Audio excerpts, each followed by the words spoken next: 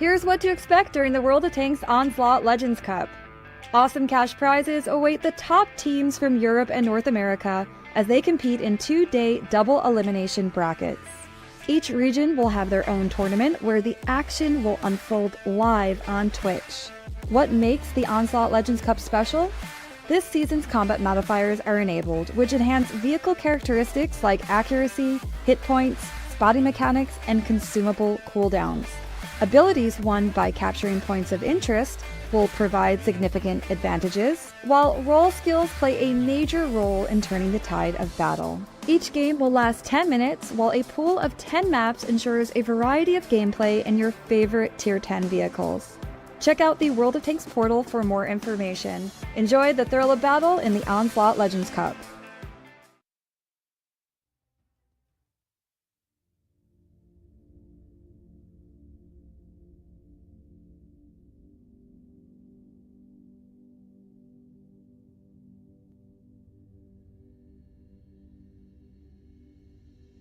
Here. It's in between Ducky, Insane, and I. How are you doing, guys? This desk is getting smaller every time. Yeah, I swear. Getting cramped. Yeah, but outside of that, I'm doing well though. I'm excited to see what we're gonna get in the tournament. Definitely. Yeah, I mean, it's gonna be very interesting, guys. Kian mentioned first Onslaught tournaments. This is going to be very different compared to the past 77 tournaments we had. We have new maps, we have modifiers, we have encounter, not attack defense, so the dynamic is really different in this mode, and we'll get to see it shortly. We also have some teams that are not very known that perform really well in this format. Yeah, exactly. I mean, first of all, I think it's time to look at what many people are going to be interested in, and those are going to be the timings for the matches. Obviously, after 4 p.m. CET, times are subject to change. We're just going to start the matches one after the other. But first of all, at 4 p.m., we're going to start with Scarlet Flower against Cashback. Scarlet Flower, a name that so far hasn't really appeared on the map. However, the players have. I believe previously they were in something called No Timing. Yeah, I mean, these are, believe it or not, two experienced teams. They're not like experienced in terms of, you know, many 7v7 tournaments perhaps, but very experienced in terms of how much they have played Onslaught. They have players that have played a tremendous amount, especially Cashback has those ones like Coyote, Liberty, Twilight. If you've ever looked at the rankings, the leaderboard, Kihan, you would see them very, very near to the top. Yeah, I mean, obviously the teams that made it here, basically the qualification system towards other tournaments didn't really change. We had 2 pre-qualified teams that basically made it to group stage based on previous performance in 7v7, make that what 7 tournaments, and then we had also 6 more teams in open qualifiers. Then in the group stage we basically determined the seedings for today. And this also meant that there was kind of a bit of a small surprise, at least for me. The team of Hit and Run that did perform extremely well in the past in the VOD 7 format, now only placed 3 in their group and starting in the lower bracket. Even Opur lucky to be second because they did not have a great showing in the group stages either, whatsoever. So they're pretty lucky to even be second in their group. So we could have had Opur and Hit and Run in the lower brackets, which would have been crazy to see. But it also shows that this tournament really don't count on the old boys to bring it home, because they may not have such an easy run.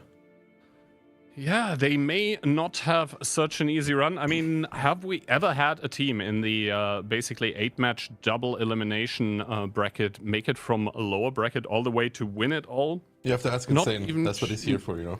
Yeah, I'm not even sure there. That being said, though, all matches are going to be best of 7, even the lower bracket ones, and the grand final tomorrow is going to be best of 9.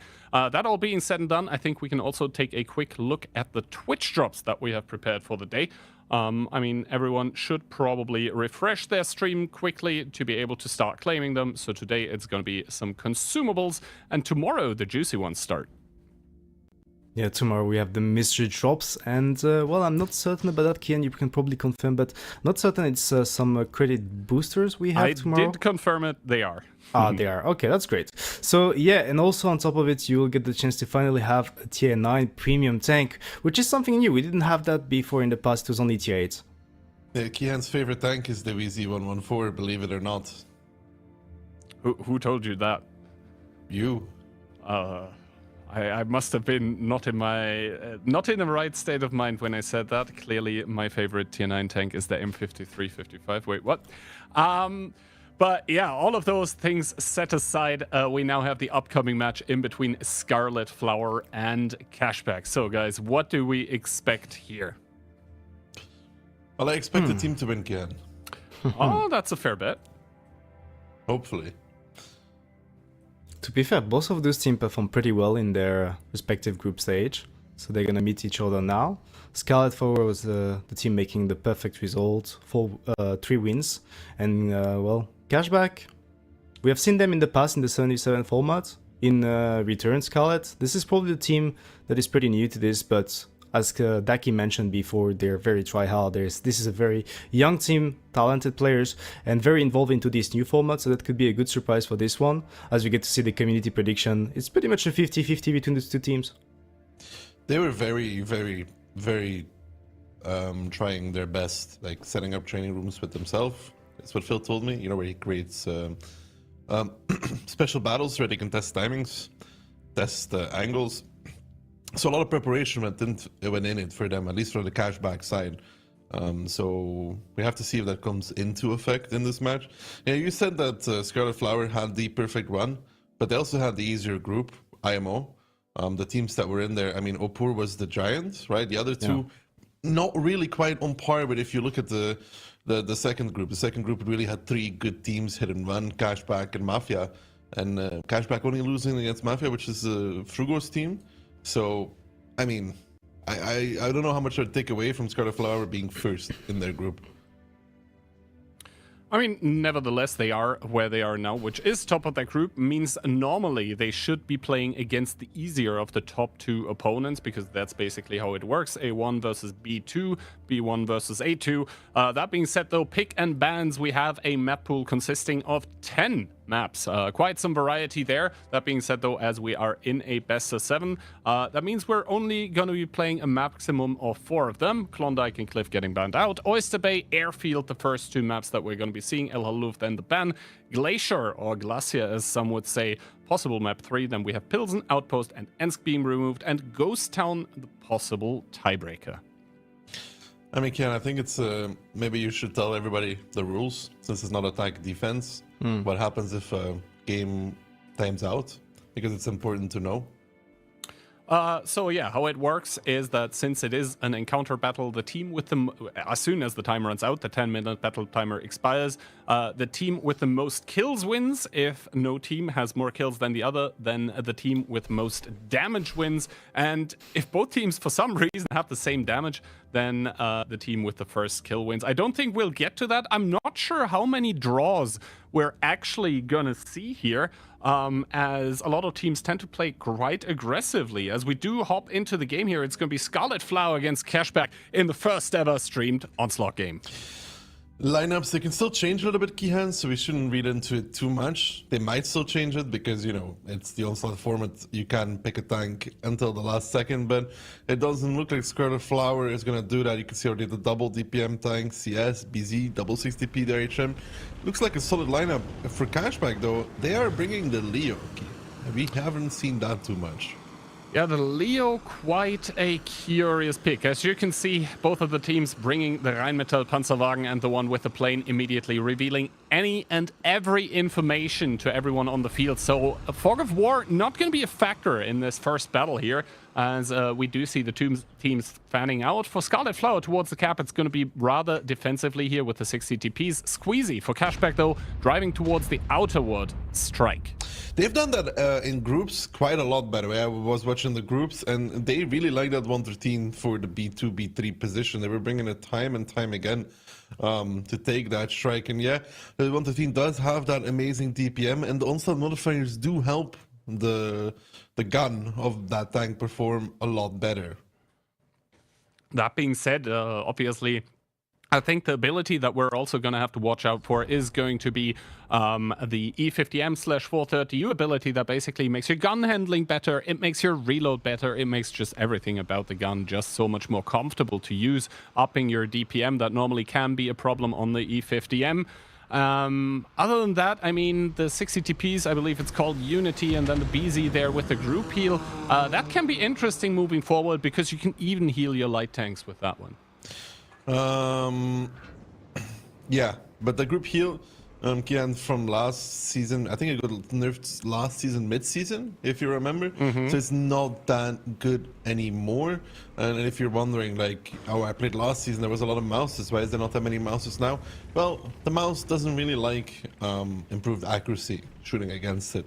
It's not really a fan of such things quite well. So these kind of maps, 60 DTB, will reign victorious. Of course, that 750 alpha gun with an improved handling. It's quite nice to play. Now, both teams being fairly, I mean, defensive here. The thing is, though, that Cashback, they are sitting on one of those crucial strike points with the 113, with Squeezy here. So as soon as the strike recharges, he's just gonna get it again, and then he'll be able to just do 350 damage plus stun for free if he hits 2 tanks. That's even better. We can also see that Cashback, ooh, they did take a big one on towards Little, but they're also capturing one of those information positions. And we can see the Squeezy there, I think putting one of those strikes. He was sitting on that one for quite a while, and now does he only use it when he is able to get it back. Now, one of the info points is being captured by Scarlet Flower. Now, they are going to get some information on towards the locations of the enemy tanks as well. And Squeezy there, playing a very, very nice game of information. You can see he's only really exposing the gun mantlet here to get the information onto Q-Sprite. Really well played. This is the kind of game style we've seen from Cashback quite a few times. And the way this works, Kihan, is, so you see the 60p position at D6, right? Where Chesh is. He denies the strike. He denies the E6 strike. What this allows Cashback to do is what you see right now. It allows them to push up slowly to E1, and then at some point they start the cap.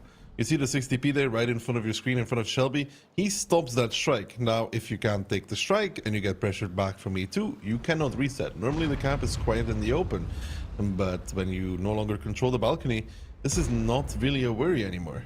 Oh, Chasey here with a good shot in towards, I think Q-Sprite that was, but now this opens himself up to getting chased by the E50M that still both have their ability. The Rheinmetall is now going to get the information point here. The E50M's flanking the BZ from the front. This is not looking too good for the 60 TP of Cashback. Yeah, the 60p from Cashback kind of left to his own devices. I mean, he's going to run away, but the funny button of the E50Ms is in full effect. They are going to chase him down. He's trying to get to a bit safer position. He does get away for maybe one more shot. Vladislav, they're not connecting the shot. They need to be careful with Liberty as well. So the 60p will survive for a moment in time, but it's not really a position that he can hold. He fluffs the shot, not connecting that one. Down towards the one shot. He should fall any second now. The first kill is going to go the way of Scarlet Flower, actually, who have done what they needed to do. Pull back with their 60ps, finish on the 60p of Cashback, and are now in a pretty strong position. Oh, Q-Sprite there, though, with a good shot into Hellmind. Is going to make the score of kills 2-0 here for Scarlet Flower, who have waited, who have just, you know, figured out what it was that Cashback wanted to do, and now the repush here in the westernmost part of the map in full effect. Squeezy trying to cover down in that 113. Little coming around the corner with that E3 trying to support the 113. That does take a big one to the face. This one's looking good for Scarlet. Yeah, looking really good for Scarlet. And Cashback there, yeah, the 60p denies the strike, but he doesn't really deny much when he's getting pushed by double E50M though. Now Little trying to do what he can in the E3. You gotta be careful though, shooting at the E3 Kihan. The ability of that tank is nasty. It does really go through 60 DPs easily if they start non-connecting the shots. Little actually non-connecting himself will get -5 seconds reload, but I don't think it's gonna matter as Q-Sprite finishes them off, and here comes the remainder of Scarlet Flower. Does the 50 MCS just re-pushing because they know that they have done what they needed to do in round number 1. Yeah, the medium hit squad here for Scarlet Flower with that double E50M that have been the playmakers for their team now starting to roll in. Once again, the funny button does get pressed and the 60 TP just melts like ice in the sunshine. Esidarab dropping down on towards the 60 TP. Another kill does get secured, and it seems like the Leopard 1, a curious pick, is not going to save Cashback from losing round number 1. No, they have that slow and steady approach over the CD line, but only in RHM covering that 60 TP, it's not really quite what you want. And the only way that is really gonna work for them, Key, is if they are starting the cap at the same time, right? Like if you wanna think about it, yeah, you leave the 60 TP, you start capping, because then you force them to peek the E1, E2 balcony. Now, Rated and I think Q-Spray the double 60 TP, they were able to just fall back behind the corner, and without cap pressure, they don't really need to do anything. Yeah, they didn't really need to do anything. However, what they did is play a beautiful first round here and 7-0 the scoreline. I mean, yes, it's only 1 point of the board, but that is already quite the statement. Well, lot to say about that. Sorry to interrupt you, Deki. I don't hear Insane in my ears right now. That might be because he's muted, but... Oh, yeah. There we go. You can hear me. So I was about to say... That's it for the first round. A lot to say. I mean, it was a very, very good approach from the side of Scarlet. You could see that both of those teams, they went for those very interesting spots on the map, but then they found the opening on the 60p with the double E50M. You mentioned it, this tank can get really good DPM with their ability, and then they forced in return the team of Cashback to push the other side of the map into double 60p, so that was the perfect setup. Daki also mentioned Airchain covering the 60p, not good enough, not the right tank in the right spot. Maybe the Leo would have done much better in that regard. So good stuff from Scarlet, honestly, a good start. Yeah, I mean, they did everything that needed to be done. And I think for Cashback, that slow and steady approach is something that Scarlet Flower was aware of. I mean, this looks very, very much like what they did in groups, minus the Leo. Yeah, and I mean, we do see the Leo coming in here with 4.4k almost, and like, I mean, damage. Pretty good shots, 14, 12, 9. But the thing is, like, was it really worth it? I don't think so, because basically that 4k HP, that's like a bit more than one of the enemy heavy tanks, but that's kind of it, right? So I don't think it really came to shine. Also, the E3 without anything wasn't really able to get himself into place. So yeah, not the best start here for Cashback, I think. I mean, the E3 would be good if they actually force the tanks of Scarlet into him. That never happened. And so, do we take anything from this first round here? No, I don't think so. I think Cashback just tried to do something they did in groups, and I think that's a mistake because it's like easily readable. You know, you can't really read. You can't really do the same thing twice against a team that's prepared. So hopefully now they go into the more of their set strategies. I mean, we'll have to wait and see. And already, the interval between the battles quite short. We're gonna hop into round number 2 in between Cashback and Scarlet Flower here. And yeah, lineup-wise, I don't think really anything is gonna change. The teams seem to be selecting the tanks basically in the garage that they want to select, so they're not gonna be really switching a whole lot. I mean, obviously, they don't see the enemy lineup here until the battle starts and the Rheinmetall pops the plane, but that is triple 60 TP coming out from Cashback and Squeezy once again with the 113 whole re coming out.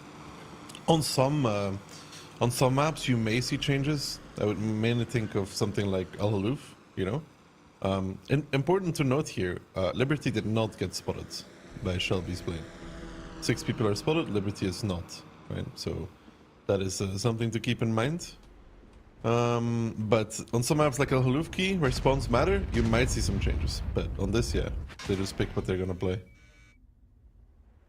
Yeah, they're just gonna pick what they're gonna play, so they have more time to talk basically in the battle here. That being said, Squeezy once again in that 113 booking it to the strike, but as we can see already, one of the information points got captured by, I think, the CS of Scarlet Flower as well. That being said, Squeezy once again going to be comfortably sitting on the strike, although Cashback have taken more damage as of now. Yeah, and I took one shot on the 60 TP, one shot on Squeezy as well, crossing damage. And again, they're pressuring this outside of the map. They leave in, again, Trash in his I7 this time instead of the 60 TP as the sole anchor on the other side. Poor guy always being used as the sacrifice, which it's not the greatest. But this time around, big difference. So Kihan, Cap is already started.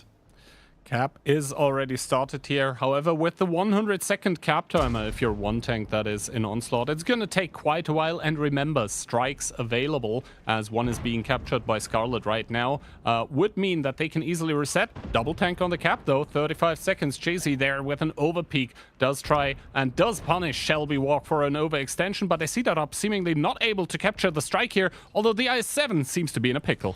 It doesn't matter. Like, I think he, at this point, all he has to do is stop the strike. They still have Squeezy with a strike as well, which will probably be used as a last second decap. I think Squeezy just used it as well. But there are resets coming in though for the side of Scarlet Flower, back down to 15 seconds. However, that is still not enough to actually use the strike and reset that way. Hellmine now trying to block Q-Sprite is not going to be happening. The CS coming back in, Cashback abandoning that cap now as they see that Crystal came close in the CS63. They want to actually pick off these guys driving to the open. They lose their I7, which was always expected, and the whole Re is in a bit of trouble as well as the Rap trying to get out in the BZ. And we'll say Scarlet Flower did a good job getting these tanks safe, at least for the moment in time. At least for the moment in time, as Hellmind is hard pressured against Q-Sprite and Rated here. Is he going to get a last shot into Rated? No, he's going to turn around on towards Q-Sprite, putting a big one, 806 down to 752 for Q-Sprite. Does get picked up in the process, though. And now the kill score, 2-1 here, actually make that 2-2 all even, but Scarlet Flower currently with the HP advantage, and they also still have that hit squad with the double E50M, with that funny button. They just need to get it into the game without getting blasted. Yeah, Little needs to pick up Rated now. He will take one for it, and the low roll on towards that 60 TP is gonna be not very happy. And yeah, those double E50M key hand are so important right now. Okay, Rated doesn't connect the shot. Little can even loot HE, but yeah, that double E50M, you talked about it. Yeah, even they're already up HP, but those two tanks can shred through 3 tanks in like 20 seconds if they have to. So always gotta be careful. I mean, 4-3 right now regarding tanks. That is still double 60 TP. That still has 1.5k alpha between them. Strike is up now, and this means that with the strike, Scarlet Flower will actually be able to either kill the Rheinmetall because the strike does 350, or reduce one of the 113 or one of the 60 TPs towards one shot here. Coyote with another swing, with another hit, getting a lot more damage done, and Katsunk is probably closer to the enemies than he wants to be right now. Shelby Walk on the long rotation with the Rheinmetall. As soon as he starts touching one of the points of interest, he is going to get hit by a strike probably himself, and now Little starting to drive on towards Katsunk. That does activate the funny button once again. The DPM of the E50M coming in handy, but the 60 DP, big alpha. Yeah, but at DPM though, Kian is going to give him at least one more, drop Little to 500 HP as well. Might even get the last one here. Little, does he get it? Oh, he does get it just in time. Squeezy now down towards the one shot though. That might be strikeable for Vladislav if he wants to. He might actually want to keep holding onto that strike though for the RHM if he could.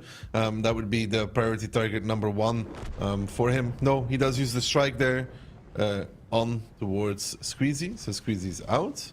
And now it is Liberty. Liberty. He was still spotted, no? I think that was maybe Shelby Walk with a very, very good scout plane on towards the enemy Rheinmetall, just predicting the position, getting the kill because of this. And now this means that we're in a 2v2 situation here with Scarlet Flower, with all the possibilities on the board for them. They still have the Rheinmetall Panzerwagen that can flank around. They have Vladislav in an unpushable position that's also sitting on a strike. Unpushable, why? Because as soon as someone starts coming close, he can just pop the funny button and 2-shot with them. And now Shelby Walk here is gonna get the information advantage for himself. The blind shot by Coyote not committing. This does mean that Little and Coyote, they now have to make a play on towards Vladislav. Yeah, they have to make a play onto Vladislav, but Vladislav gets one on towards Coyote. You know what's coming out here? Now we can actually see the strike coming in though as well. Coyote not going to be dodging that one. The little nuke putting him out of his misery. And Scarlet Flower, they made it close, Kihan, but I feel like they were in control most of the time.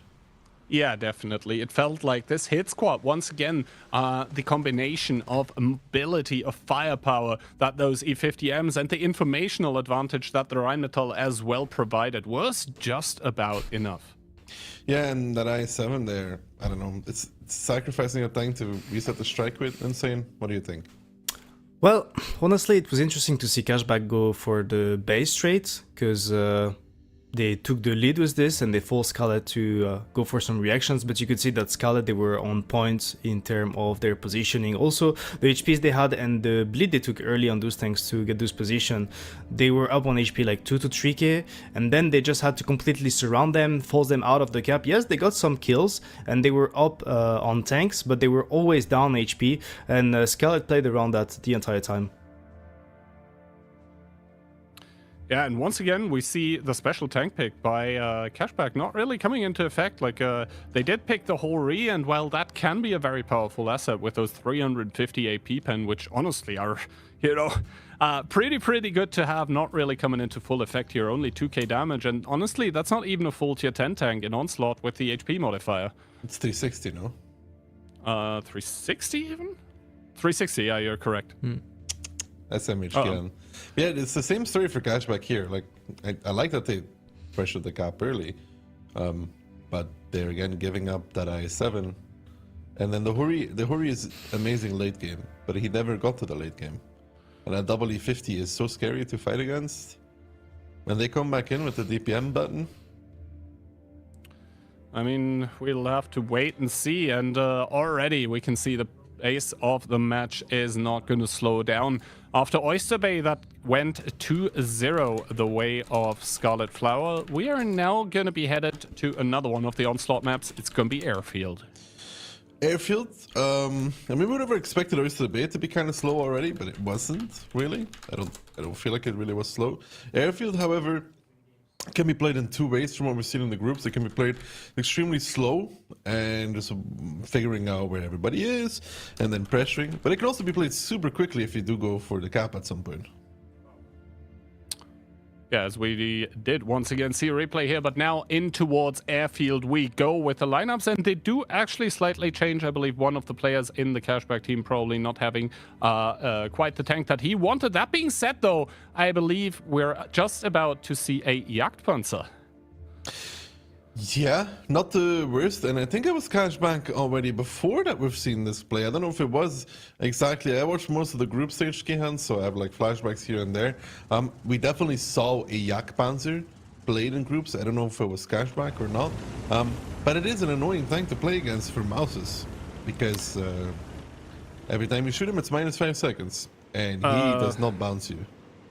No, the 420 Blaze It penetration gonna burn right through your front llama, basically the front llama of any tank. That being said, both teams again with the Rheinmetall here ensuring all information about tank lineups immediately available to everyone, as those legend players here are not going to miss the informational plane on towards the enemy team.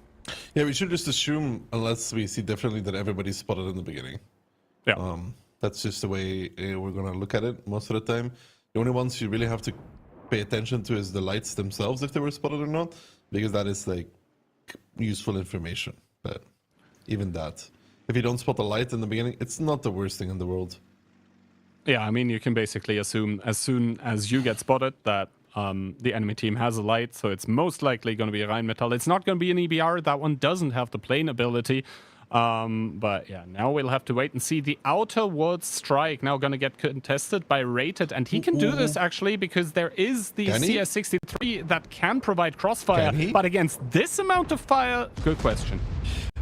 Ice boots around the corner, immediately 1.1, and now the T57s from above with the mouse, the 60p rated on fire as well. Yeah, it looked like it was a juicy strike he had covered by the CS, is all really cool, but no, when there's a 5-man repush from Cashback, which did a beautiful timing there on towards Rated, he was way too confident and not covered enough at all. That's going to be a big strike coming in though on towards the 3 of them there. Now the CS still farming from the side, so Cashback kind of driving through the open. They have to continue, and they need Twilight to go 1v1 the CS of Scarlet Flower. They have Cruise Pride and Sank here, and a little bit of crossfire. Squeezy coming from behind with a T57, blowing up a 60 TP. That is that Clipper doing what it can, but he's gonna die in return for this, and Scarlet Flower definitely has a shot here. Scarlet Flower definitely with the shot, but now the CS battle, that is the one we actually have to watch on the outerwards part of the map. That's going to determine who's going to have the crossfire. The low roll and Crystal to pick it up, but down towards 22 HP. 12 for Little only. The CS actually going down towards Hellmine in the 60 TP. And as the dust settles, both teams here left with, well, double heavy tank plus super heavy tank destroyer and a light against triple heavy, or make that double heavy, clip medium and another light. Ooh, Hellmine not connecting there onto the TVP though. Liberty from behind doing it all, but the big shot they're coming out though. The Jagdpanzer taking its revenge on the TVP, who was not quite aware of the danger of the Jagdpanzer, and he could have been a difference maker there, Kian, because that TVP ability, you know, it's a nasty one. Shelby and Liberty duking it out, but Liberty doing a very, very good job at kiting, pulling back towards his teammates, and Vladislav kind of in an impossible situation right now. He has to kill Hellmine, he has to kill Ice, and somehow not get pushed by Coyote in the meantime. Yeah, we'll have to wait and see. The mouse is now going to start coming in. Keep in mind, though, that the mouse, it also has the group heal here, so Vladislav can't let him stay too close towards his own allies for too long. Now Hellmine peeking from the back. Good shot into the 60 GP. Big shot by the Jagdpanzer before he gets picked up. And this means that Vladislav now gets rammed to death by the mouse, leaving only Shelby Walk to stand, but not for long. No, Shelby is not gonna last this battle through. I mean, Liberty does one more shot, makes him a one shot. They can just take a strike. They can also just kill him as Coyote picks it up, and that was good from Cashback. That was some good awareness of what Scarlet Flower might want to do after they take the CS there. It was close, but yeah, that mouse dying for free.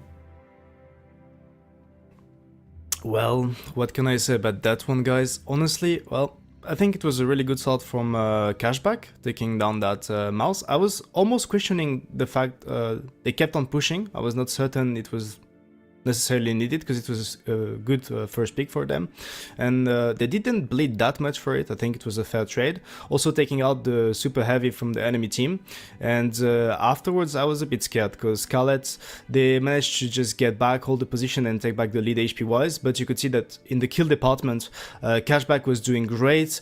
The kill on the CS was very important, and well, the RHM tried to come into action at the end, but it was already too late. I feel like Liberty had a bigger impact there than Shelby. I mean, Shelby's chasing, but Liberty was shooting them from behind as well. He shot the TVP. I mean, if you're Shelby, you kind of have to YOLO there. Yeah, you kind of have to, and at the end, what did he get from it? Well, spoiler, not a whole lot. That being said, though, rated there, the mouse that got pushed, not even a single shot of damage. He connected one shot, but he didn't even penetrate that one. And yeah, when you basically get collapsed upon by 5 people, or even the entirety of the team, at least that's what it probably felt like for him. Yeah, this is just what happens. The Jagdpanzer actually top damage. You love to see it. And you know, Liberty still does 3k there. That's 1k more than his RHM counterpart. That's also important. And even Twilight doing 2.5k there. Crystal did do 4k in return. But they really needed to keep the TVP alive in the end game. The TVP is such a powerful tank with that ability for clip reload. If he hits 3-4 shots, he's constantly reloaded. But he kind of peeked into a Jagdpanzer. Yeah, and I'm not even sure if he maybe bounced the Jagdpanzer before that a little bit to basically reduce the reload of the Jagdpanzer, or maybe someone else bounced off the Jaggaroo. But that might have been the big problem. As you can already see, we're just about headed in towards the next round here on Airfield, where it's going to be decided, is it going to be 2-2 in between Scarlet and Cashback, or is Scarlet once again going to take the 2-point lead here in this best of 7? Now, Cashback once again, a Jagdpanzer on the board. Yeah, and I honestly think it's not a bad pick at all. For this map. Which is kind of weird to say, right? Jagdpanzer not being a bad pick. I mean, we've seen it here and there, sometimes in 50v15. If you can't blow it up, yeah, he's going to do at least 2 shots. Yeah. And probably 3. You know, like if you can't blow him up, you either focus the Jagdpanzer key or you don't shoot him at all. You have 2 options. Shooting him and not killing him is the worst one, IMO, because then he just gets the reload. So it's like a very annoying thing, you know, like you either blow him up instantly or accept the fact that he's going to be dashing out 1k. And now we'll have to wait. Ooh, shot into Twilight, but Kitsunk on the return, getting set on fire. That's not what you want to have happen to you. Keep in mind, all those guys are playing on tournament accounts, so all skills available. Fires are not going to be that bad for you, but even then, Amorek's on the table. We haven't seen one yet, but I would be surprised if the day goes by without us seeing one.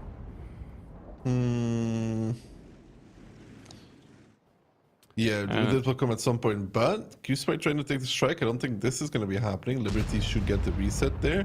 Yeah, that's the RHM coming in and resetting. So there's that. 5A is an interesting pick though, Kian. Why would they pick the 5A? I mean, it does kind of have okay-ish alpha with the 490. It does have good heat pen. It does have good DPM as well. I believe it gets Unity. So that could help there as well. But in the end, I mean... yeah, it's always the question, right? If you want to have a tank like this, why not pick maybe the 277, although the ability doesn't really favor it in Onslaught.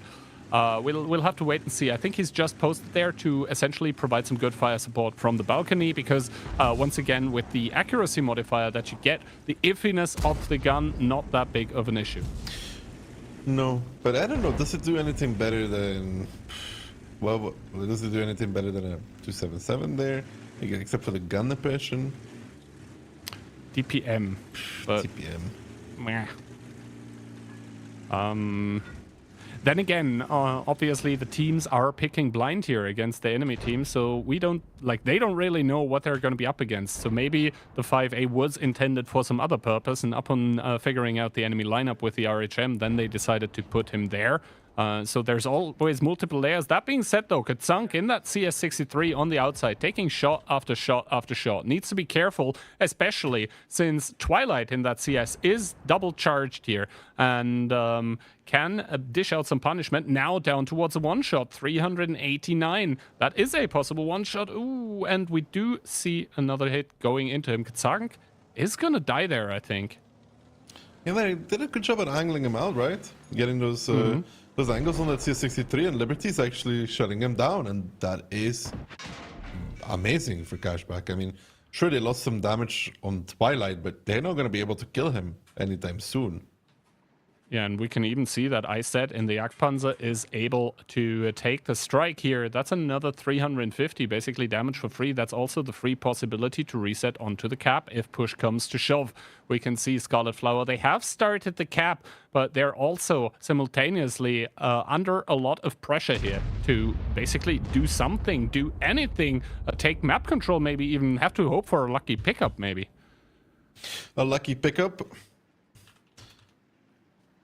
It's not going to happen, Key. You need so many things to go right. I mean, the cap, I know it's running low, but it's not really a factor here at all. No, remember, they do still have the strike on the Jagdpanzer on Iset. That takes a big one by Q-Sprite. That does pop his Unity here. And now Crystal taking 1000 to the face. But there comes the strike. Down it comes. It's going to stun Iset, Coyote, and Hellmind. But Crystal is in between a rock and a hard place. Is just getting focused out there. Trying to blow up the Jagdpanzer, but 28 HP separating him from death. Yeah, he's going to live. And I told you, Kian, is that it blow up the Jagdpanzer or accept that you're taking another shot from him later on in the match. But Cashback now coming out as a rolling force rated is behind them, but you know, it's a 2.1 KHP mouse. What is he really going to contribute? They got to be careful here though, Cashback, because they really do need to hit their shots to make this work. Hellmine does get a good clip out. Liberty picks up Shelby. Squeezy picks up Q-Sprite, and with 7 tanks alive, Kihan, unless a miracle happens here, the HP is really close, but it's gonna be Cashback. Yeah, it should be Cashback here to equalize out the scoreline in between both of those teams, as Vladislav probably going to be the next one on the chopping block. Finally, the first tank on the Cashback lineup falls. It is going to be the Jagdpanzer, but rated in the mouse in return. Back to the garage, and only Vladislav there with a broken Amorek. He does get picked up as well, and it's going to be 2-2 after two maps. Excuse me. After 2 maps and Cashback, Oyster Bay, they didn't look that good. Let's be real, but this was a different kind of game from them. Both of those teams actually won 2 on their map picks, so I mean, good stuff by them. Cashback was down 2. No, it's basically even between these two teams. And once again, just like the last round, you could see that first of all there was this CS v CS fight at the north, using the strikes, try to take them out. Also the RHM finding the angle, abandoning the other side, and then the other match. They did it in the last round, they did it again. They are going with more tanks in one spot, in one area, and they are taking them out one by one. And once again, utilizing the Jagdpanzer with the alpha damage and the mobility boost to go as a front line, it worked perfectly for them. Yeah, I mean, we do see the battle results coming in here. The TVP with 4K 16, 14, 13. I don't think it was down to a cedar up, but it was more down towards the fact that Kitsunk in the position that he went to at the start either got completely outplayed or it was simply the wrong position to go to. They had some angles on him between like CS or HM. Like it was mainly Liberty, I think, from the back that was having some angle on him, forcing him to not be able to move because he got shot from a different angle. I don't think he could really move. I think anywhere he went, they knew that they could shoot him. So that's good preparation. And well, even Cashback missed few of their shots. One of the shots from the Jagdpanzer in the push. So I have to say that it could have been even better for them on that round. Could have been a clear victory. So good stuff, 2-2, even between the two teams. As we're going to be jumping into the next map between those two teams, we have to remind it's a BO7. So this next one is going to be very important. And well, what do you guys think about this one? Well, first of all, I think it's important to notify both of you guys that there is going to be a slightly longer break now, simply because we're holding the tournament in special battles, and now we had to essentially set up a new round, as that was the first 4 rounds. Theoretically, one of the teams could have won by now. But yeah, Oyster Bay getting picked up 2-0 by Scarlet Flower, and then Cashback 2-0 on Airfield coming in with a vengeance. And now this means we're gonna go deeper in towards the pick and ban. It's gonna be Glacier. Once again, entirely different map to play, although I think in the groups, people used to play a lot like 60TP's middle and then try to flank around with E50M hit squad, so kind of like Oyster Bay in a way, but not really. It kind of depends. I think it was Cashback. Some teams like to play like one tank in the cap, like one heavy, one back, and then play around.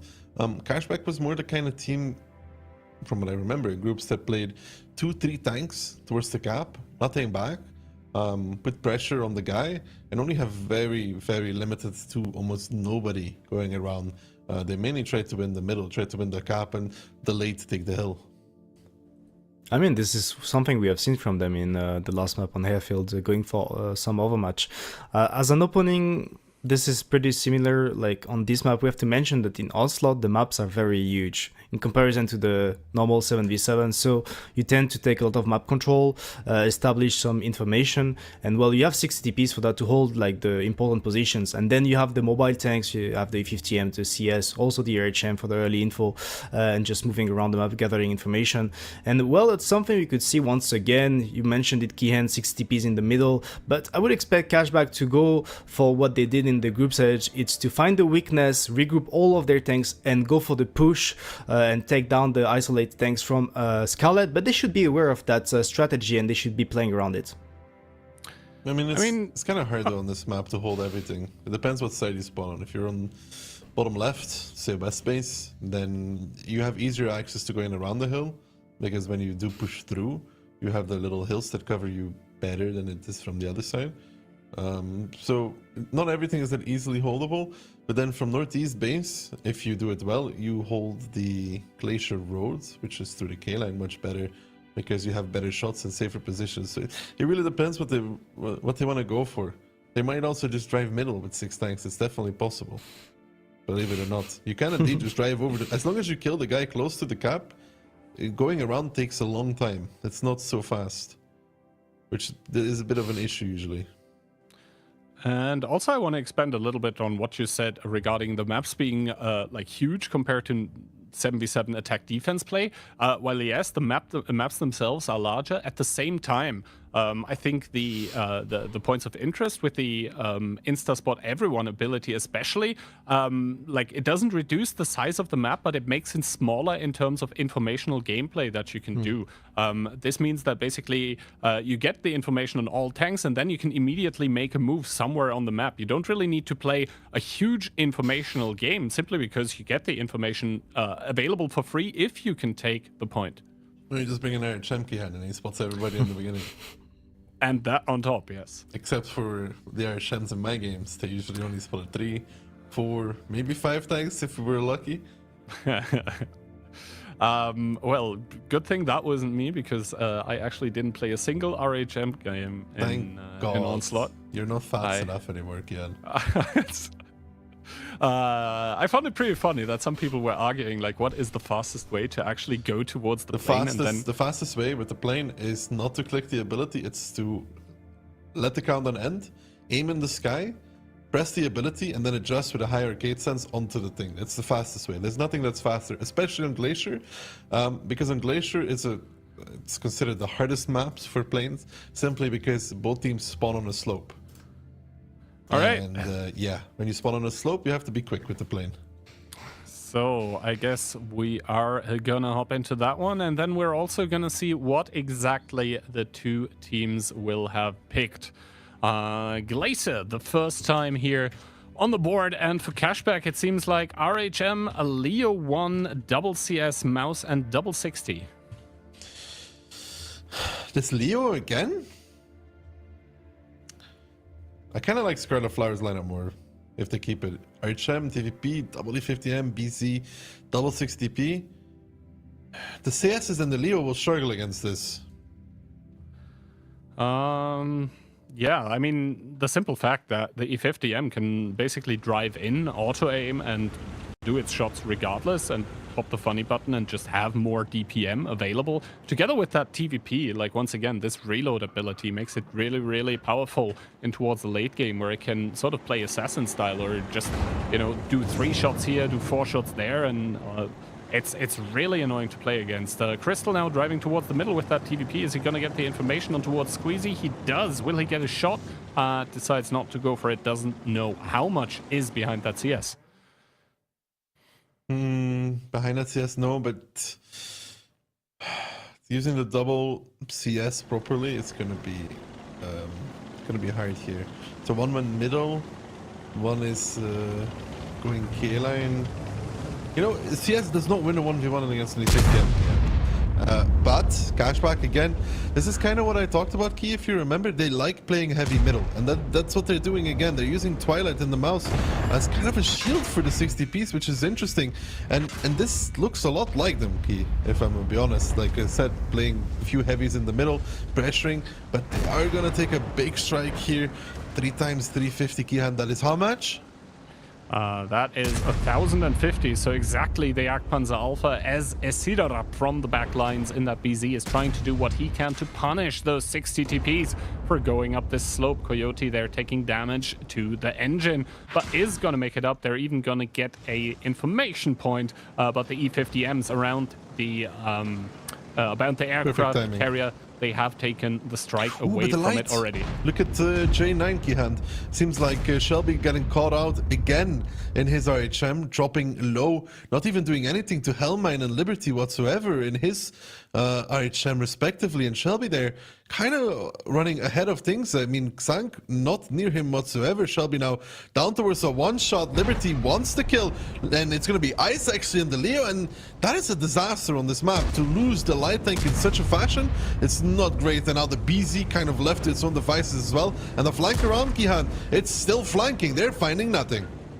Yeah, they're finding nothing, as the Leo with the relocation is going to get it. Ice once again with that Leo with the next kill here. Up 1, up 2 kills immediately. Our Cashback here, that we're down 0-2 in this matchup here. Now looking for the third one, now looking for the match point. Yeah, this is a different cashback than Oyster Bay altogether. This is some good preparation and planning. Yeah, they're helped a little bit by the fact that Shelby and his light made their life a lot easier, but even without that, they would still be able to find the BZ in them. Actually, no, if Shelby plays it a lot safer, they fall back from zero line, they can crossfire G line, Kian. But the hill would always be, it's not guaranteed to go either way, but like this, it was, yeah, well, the RHM falls, the BZ falls right after, the guy in zero line is next, and we talked about the double CS63, they did utilize them very well in this game. They did indeed utilize them very, very well. The E50Ms on the other side, the lineup that we both liked more, not really coming into effect here, I said. Now, coming in with a good HE connection in towards the TVP, making him a one-shot for Squeezy in that CS. One strike is going to remove Q-Sprite and rate its HP here as Squeezy coming in with that CS63 is going to ram, is going to go for the kill. Is going to even put one more strike as rated, not going to fall to the strike, but instead to Hellmind. And then after 0-2, it's going to be 3-2 for Cashback here that are looking for the match. Scarlet Flower, they're looking shaken right now. Well, good stuff for Cashback. Down 2, now leading 3-2, match point for them. And well, what was interesting there is that they managed to get a lot of Scarlet attention in the middle with the Mouse and double 60p taking the heal. In return, you saw that Shelby made a mistake to overcommit at the South. And yeah, they're not going to leave much in the middle. They're just going to win the South, win the heal, and then they have very strong key points. And like you also mentioned, then the BZ is probably a bit out of position. He can be crossfired. So they accept to take the damage early to establish some strong position, and especially winning the South was what allowed them to take the lead in this one, because you could see in return Scarlet, those things going around the hill, that didn't help much. No, especially because I think the hill would need, the two guys around would need to keep driving immediately, and then they would somehow have to drive back to the middle, they would have to drive on the hill, and they would need to kill the guys climbing. For this to really work, they would have to stay middle and fight and get the E50M to come around, but it's so hard to pull off. And I think this climbing the hill also made like the unforced error of Shelby, which is, I think it's pressure more than anything else, because, I mean, they were missing tanks, so why he's driving alone around the hill there with an E50M 2 squares behind him, doesn't really make sense. I mean, yeah, he did make a big assumption, and it ended up being a big problem for his team for the remainder of the battle here. And yeah, I mean, Scarlet Flower, they are now with the backs against the wall here in this first upper bracket match. Keep in mind, though, if they actually do end up losing that one, this means they would drop down to the lower bracket. Nothing really too bad for them there. And that being said, we are going to go in towards round number 6 already in between both those teams. Yeah, and Oyster Bay again, it was Cashback really didn't look that good on it, but the last 3 rounds, man, I don't think they were really ever looking like it was not their game. Both the airfields, I mean, Airfield 1, great repush onto a Mouse, picked him up, deleted him. Airfield 2, they deleted a CS by crossfire and preparation. In this game, they deleted the RHM by an unforced error. They had all the positions as well. Really good stuff. Yeah, really good stuff, and it remains to be seen what we're going to see here in this round number 6. Possibly last round here in between Scarlet Flower and Cashback. Scarlet bringing a lot of firepower now actually to the table here. Triple E50M plus double 60 TP. They need to utilize that DPM. They actually, for this to work, they need to take a fight. I think they may still flank around the hill again. But you would like to see them to continue driving straight if that was the case. Cashback really a fan of that Leo though. It can work, I don't know if I like it entirely. It does have the mobility though. Yeah, we'll have to wait and see here as both teams are going to be coming in. Obviously, everyone was spotted at the start once again with that Rheinmetall Panzerwagen. And now we see Cashback sending tanks to the middle as the other team not so much. And they're going to drive back on the hill like they did last time. I mean, Twilight is coming. Coyote is already there with Little. Quick flank through the JK line. Really no No time wasted there. Shelby does get a good spot out on the three of them. Crystal, though, and the TVP in a little bit of trouble there. Is going to be forced forward over the middle, and now they need to keep driving around this hill. They need the last E50M to join as well. They have to push the middle, and I think Cashback in return will try to drive back on the hill. They realize this flank coming in, and that is their move against it. Try to take back the entrance to the hill. Use that mouse as a bit of a shield for the 60Ps as the damage comes in from the sidelines. The Leo as well in crossfire. See Twilight there, the sacrifice for his double 60 TP, and that is actually quite a good move because it keeps these guys in crossfire. The strike now coming out as well. Vladislav is like, guys, help me, how do we kill this? They do find Coyote, who is the back marker there. He is going to be picked up at least, but the crossfire coming in right now from Scarlet Flower against Scarlet Flower is pretty nice from Cashback. Yeah, Vladislav there finally with the pickup, but does fall to the grave in return. That fire from the Leopard 1 from the back lines is going to be brutal. 2-2 the kills department right now, but Kitsunk with that E50M needs to be very careful. A fire on towards Q-Sprite is not going to make things easier for a team of Scarlet Flower that are looking to falter under the pressure of Cashback currently. No, they for this to work, they have to like not even pick up the strike if they want to do this. Like they just have to keep driving and hopefully catch the mouse still like before he gets up. Now they're trying to pressure the Leo, but he's gonna back off because you could see once the mouse gets into position, Keyhand. Yeah, sure, Coyote dies because he's the back marker. He's not really behind the mouse, you know. He's kind of still in the open, but the other one, Little, pretty safe, and you're not gonna be pushing the mouse strike out of the way, are you? I mean, you can try. And now, this information POI there coming in crucial. As I said, now realizes that against an E50M and a TVP, he can't really play this position aggressively. He does have the RHM behind him, though, to help as the E50N, as Cedarop drives in here. Doesn't pop the funny button yet. The TVP from behind is clipping, and the Leopard 1 just melts away. Another kill here for the team of Scarlet Flower that look to be behind, but currently in a good spot, at least regarding the tanks. Bringing it back, and I think that's a bit down to the Leo not running away, Keyhand. Would have liked to see him bail a bit earlier, you know, towards like D0, E0. I know the danger of the light tank is there, but still, Scarlet Flower really only has one move, which is to go for the Leo. So I staying there, you could say it's probably a bit of a misplay, Keyhand. Yeah, especially since basically the information was available that there is an E50M and a TVP close. I would have expected for him to run, but now he is just gone, a non-factor for the remainder of the battle. And also I think the big problem that Scarlet Flower have right now is the E50M and the 60 TP in the middle. Yes, they can shoot everywhere, but what does that mean in return? Well, they can get shot from everywhere. And they can't really run away. It's a lot of open ground to get away from that middle of the map. They're never going to be able to make it out alive, so they're kind of stuck. That leaves only 3 tanks remaining on the lineup of Scarlet Flower. The other 3 to be able to make plays. We see a Cedarop now considering fancying himself quite a bit of a play, as on the other side, Shelby, once again, the story of the match, getting caught out, getting squashed. Aye. It's not what you like to see, like, the Shelby getting caught out. You really don't like that, do you?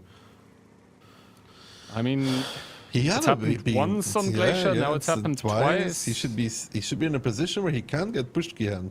How do you get pushed by double CS63 and an RHM? You let the enemy come too close by not taking correct positions, would be my assumption, as the TVP and the E50M for Scarlet Flower now getting spotted by that Rheinmetall of Liberty here. On the other side of the map, though, Cashback are taking 1 point of information here, not going to pop it immediately, holding on to it for now. Yeah, that's a good move, waiting a while, because the E50M and the TVP are still spotted right now from the plane, from Liberty. Now that they're despotted, in like I don't know, 10, 30 seconds, he can use it to, I think he just used it as well, to see where these tanks are going. So that's a good usage of the point of interest for such a thing. Gives Liberty a shot as well on towards the E50M. And this is where Shelby would be so powerful if he was still alive, you know, having that very healthy RHM with planes to keep info, which Scarlet Flower will never have again.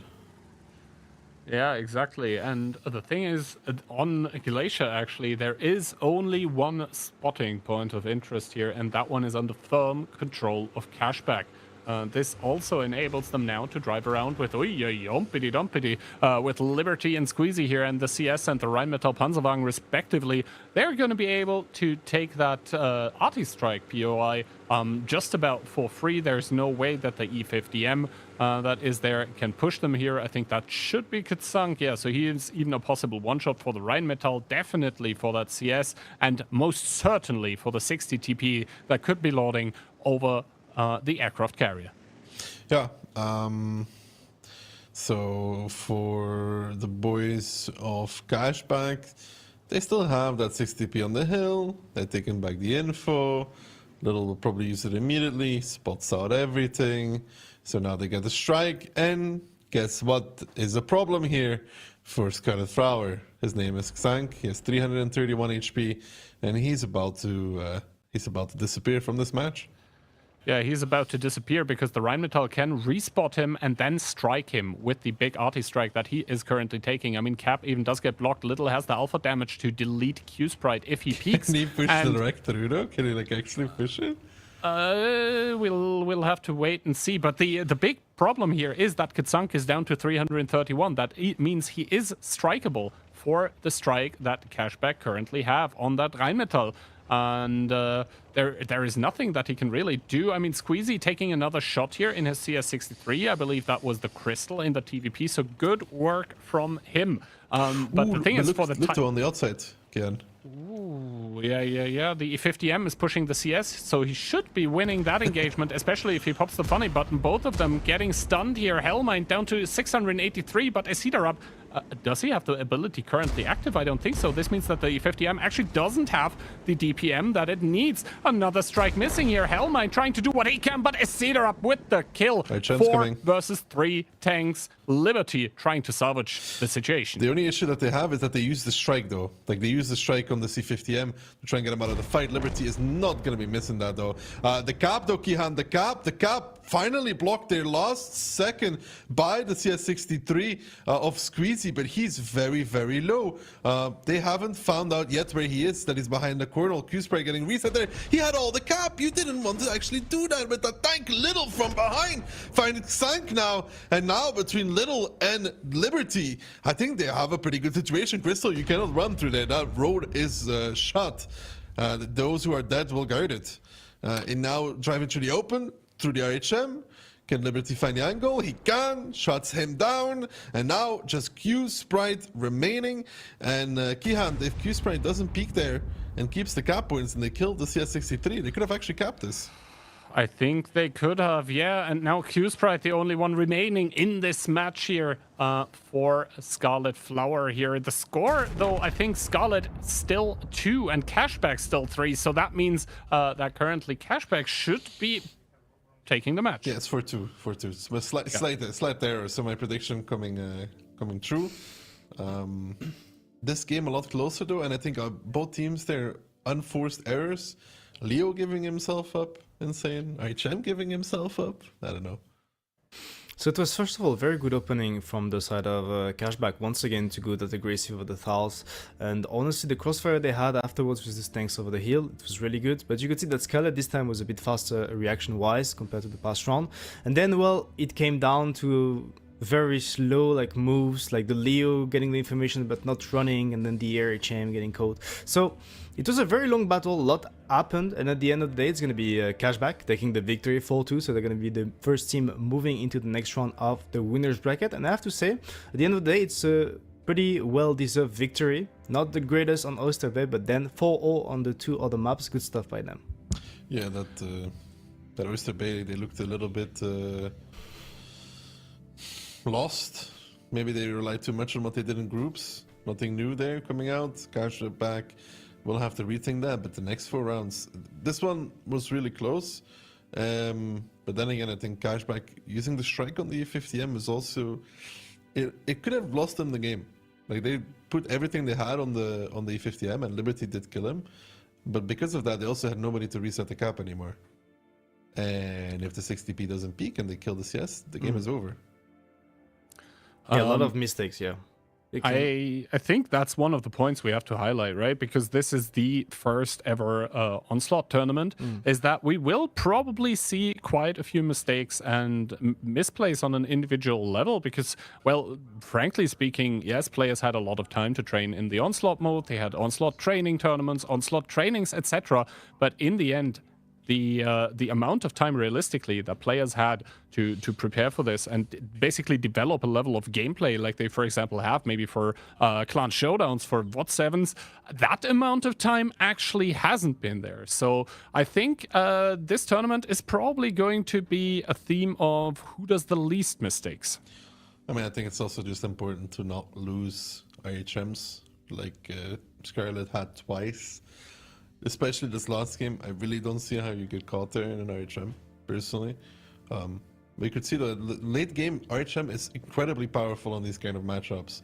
Especially when the other guy is dead. There's nothing that can spot you, you can maneuver around the map, outspot things, plane some stuff, and I think Liberty did a really good job at that. Kept them spotted going to 0 line, then came back, killed the 50M. If you play the RHM, you have a really large responsibility. Yeah, that should probably one of the best player of each team playing that tank, because like you mentioned, what's very key is to have him alive at the end, to actually get the information, but also play around the fact that you're not going to get spotted that easily, flank, get the damage done, get the final kills on the tanks, possibly hiding from the rest of the team. So good stuff. On top of it, I would like to say that, the first round between these two teams, between Scarlet Flowers and Cashback, you had Cashback being very passive, and Scarlet actually taking the lead, taking the decision to push with the double E50M into the 60p. So it was good stuff by them. And afterwards, when we changed the maps, it was Cashback the entire time actually taking the initiative. And I would like to say that, well, they deserve to take the victory at the end of the day just due to that.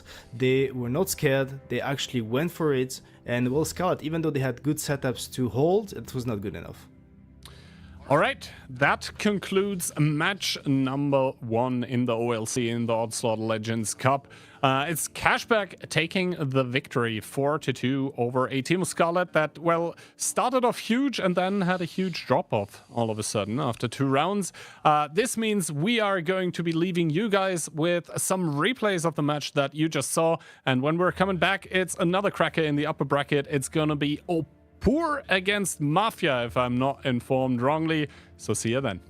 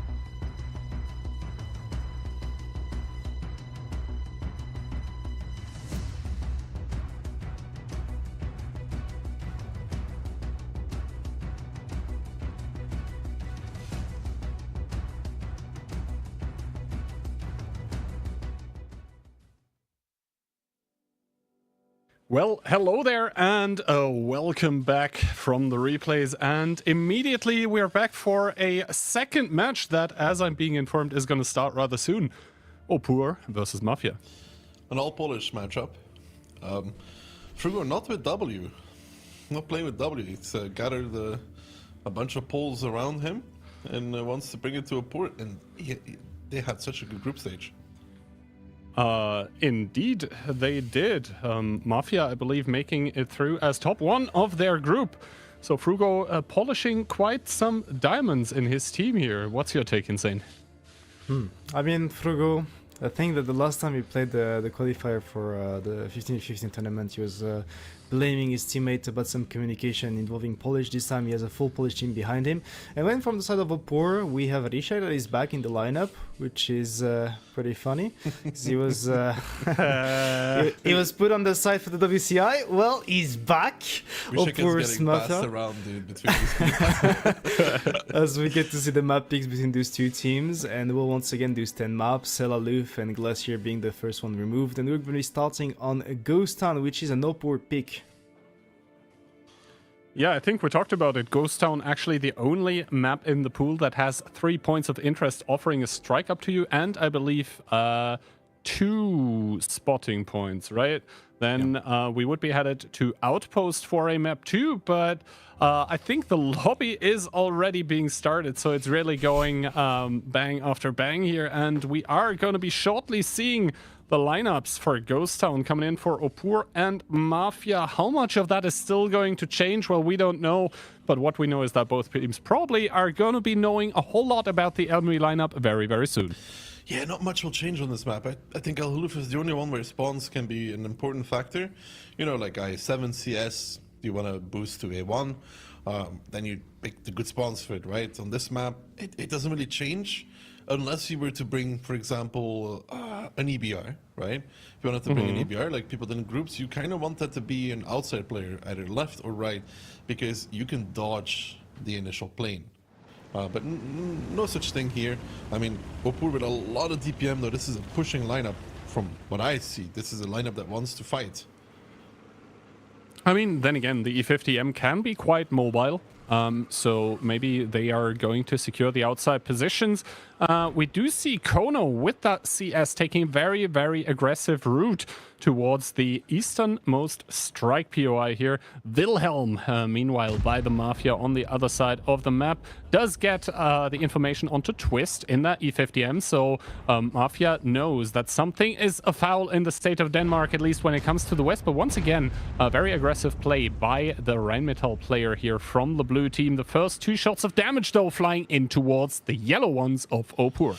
Important to note, though, here is that neither Wilhelm or Kono were spotted in the beginning, so they are missing a little bit of info on that. I think they know that it's probably a CS on 7 line because of the speed, but they don't know entirely where the RHM is, and he's been getting some good info on these E50Ms driving down 1-2.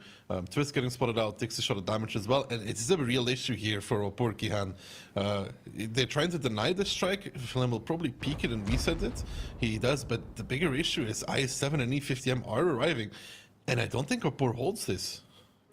I don't think so either. Frugo now does get spotted in the I7. Maybe that does give a bit of warning as Wilhelm gets spotted for the peak here on the top. Does take another shot of damage. Is Frugo going to be able to reset the strike? He doesn't need to. A50M backing out of it. The cap, though, does go on. There's 160 TP for Opur, currently sitting on it, down to 32 seconds. So Mafia, they need to make something happen here. They need to get the mob going. Yeah, Kono coming in now as well with the rotation. Frugo leading the charge there in the I7. That's kind of what you expect him to do. They got to be careful, though. E50M, funny button key. And we talked about it. Kono getting spun out a little bit.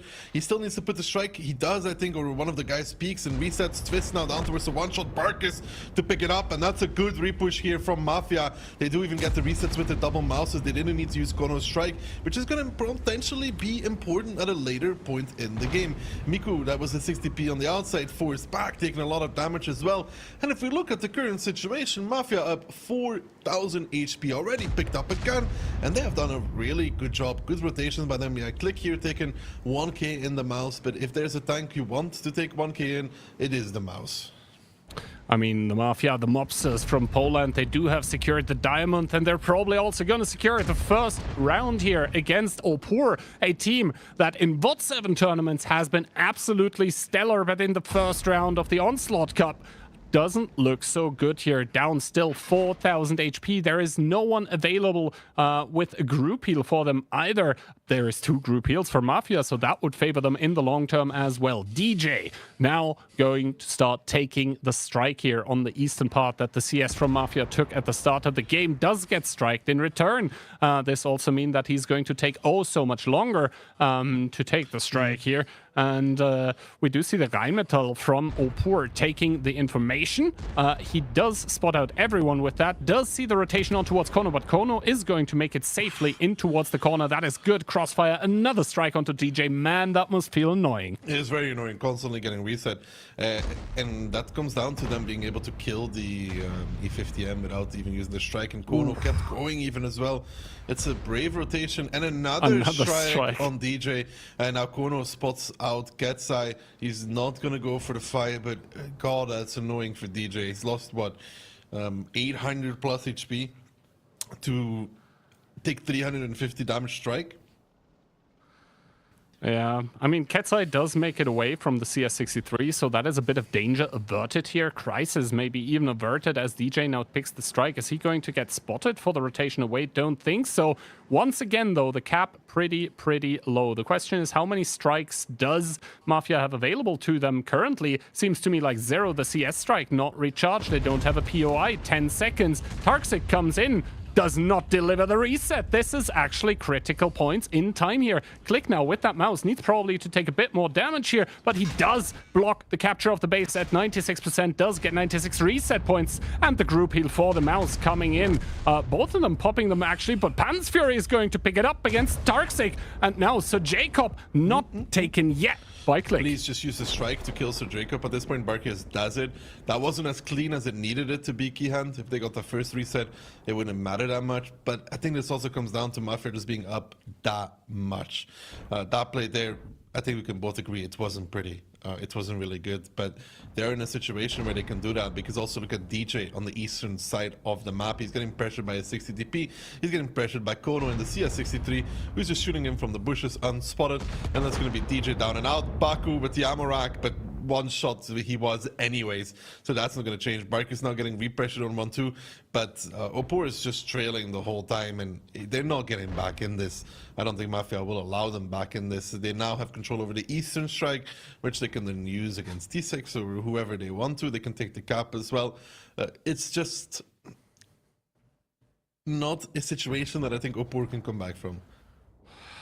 Yeah, and the thing is also, Mafia, they can now just sit back and let Opur do more mistakes. They currently have more kills. That's the first tiebreaker condition, actually. They also have done more damage, obviously.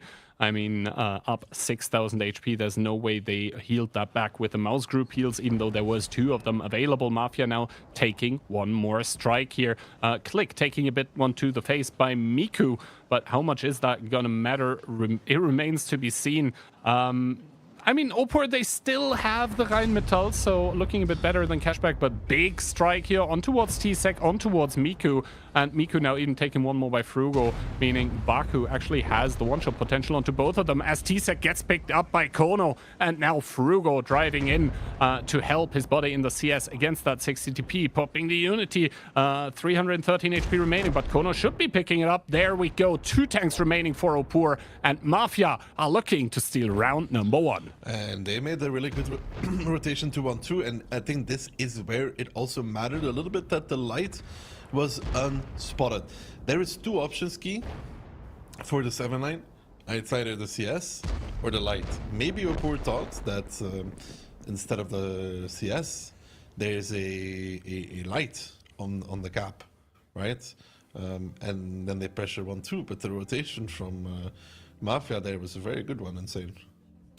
Yeah, indeed. I mean, you could see that DJ was completely out of the fight. It was 3v3 in the middle of the map, 3 super heavies, and in return, Mafia with the perfect rotation, going for the overmatch over the western part of the map, 4v3, forcing Opur out of those positions. And we talked about that earlier. It's not possible on those maps to hold all of those positions. It was pretty much a gamble for DJ to stay there, probably expecting one of the tanks like the RHM possibly to go deep and catch him off guard. So good stuff from Mafia. They're taking the lead, and it's well deserved.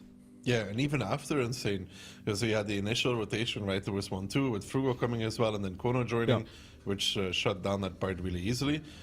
Afterwards, it's not like Mafia just sat on 1-2. They sent Kono back to K0 almost immediately, which really stops Opur from really doing anything, no? Like, they couldn't even take 9-0. Yeah.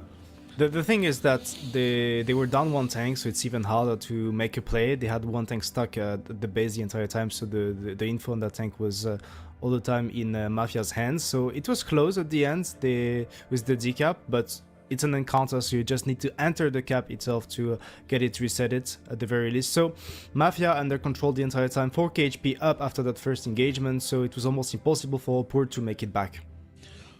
And I think looking at the snowball side of things, it's also important to mention that Opur never got it going. The first tank that they lost, it was a crucial one for their game plan. It was a E50M. Yeah. And that is basically a lot of aggression potential, a lot of DPM. One of your damage dealers, it's just gone, as we do see the predictions. And I mean, you know, before the match at least, I was waving the Opur flag here. After this round number 1, not so sure anymore.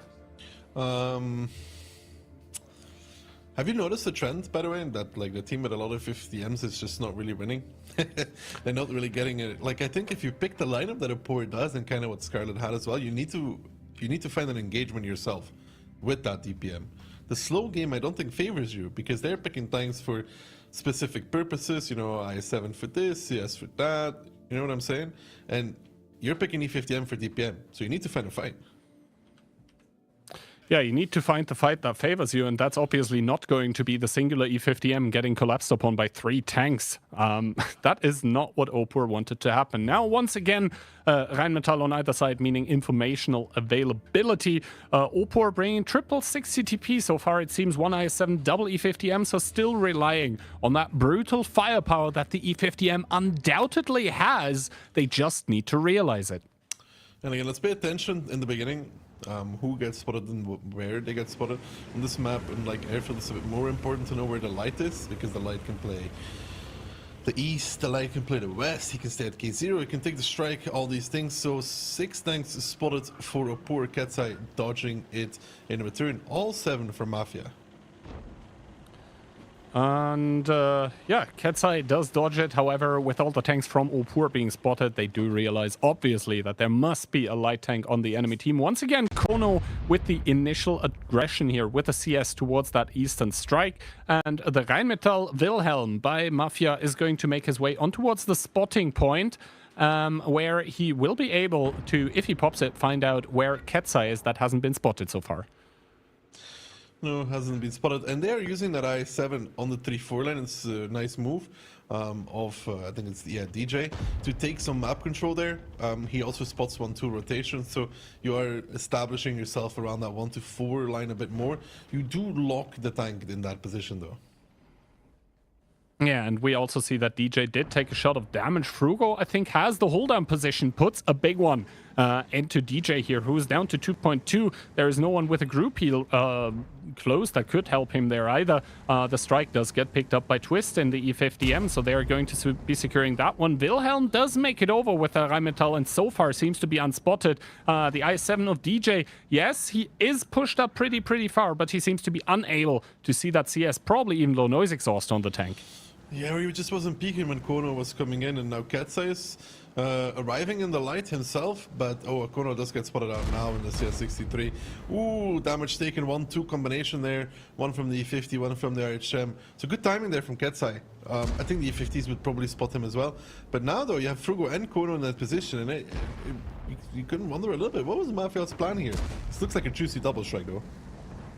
Looks like juicy double strike. Will they put it is the question, as so far Kono and Frugo seem to be rather caught here. Ketsai peeking once more and now in the middle of the town. Actually, the push by the double 60 TP together with T-Sec as well has started, but they're driving into crossfire by the double mouse. That's not something you want to face. Also from the backlines, Barkis in that E50M can rain down hell if he chooses to do so, as Panzfury, Twist and Ketsai starting to eliminate the one line. Yeah.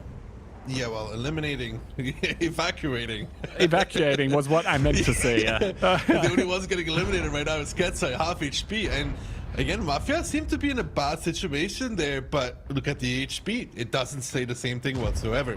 They're up 5,000. Those E50Ms from D1 between the crossfire, I guess, from the RHM and A4 of Barkis have been punished rather heavily as well for their peaks. Frugo, though, having a Frugo moment, I guess.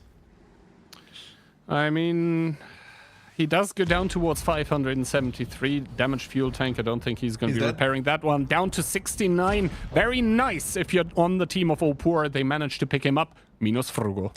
You're not sure what Frugo was attempting there, or Barkis trying to get DJ out of the fight. Can he find the connection? Respots him. I think he's going to be just about fine. No, Barkis. Good shot. Beautiful, actually. Returning the favor there. Making it a one-to-one trade. I don't think Frugo was forced to do that, though. I think that's another one of those, I'm going to keep calling it unforced errors, you know, when it's like really not something that needed to happen.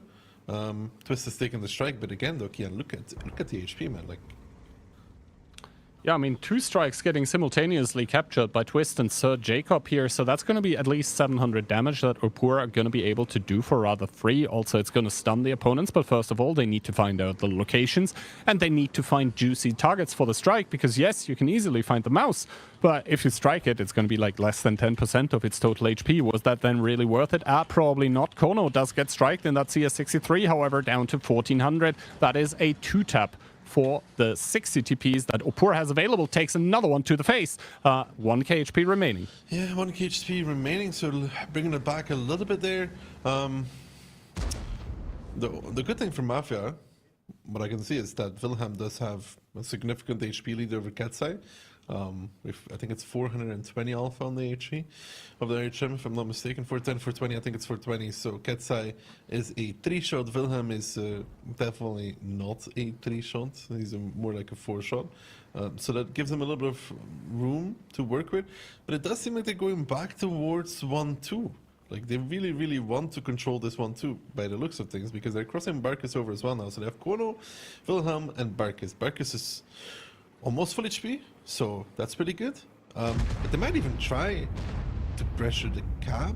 I would love them to actually take the cap, Kian. I think that would be such a beautiful move.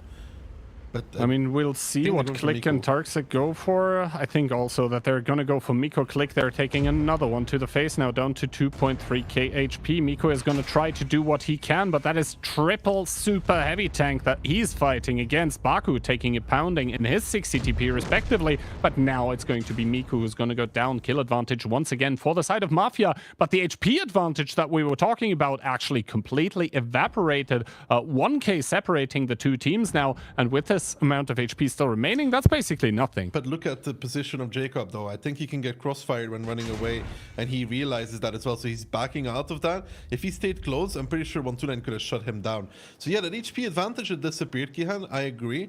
I don't know if they really needed to kill Miku, but it does eliminate an angle of crossfire, right? And now Jacob and T-Sec, which is the brunt of the HP of the Opur team, if they cross back over, Barkis will eliminate them from behind. You see the position in front of Baku?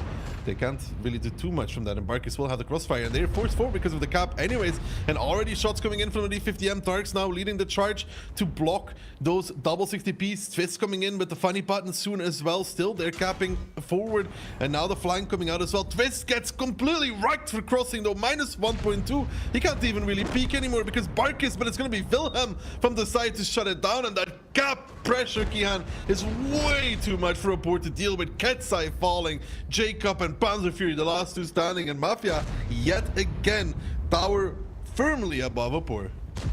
Yeah, exactly. It seemed like Opur was clawing it back here in this round number 2, but in the end, Mafia going to be stealing it away. Opur gets battered, gets bruised, gets beaten on Ghost Town, and it's going to be 2 for the Mafia. It's going to be 0 for Opur.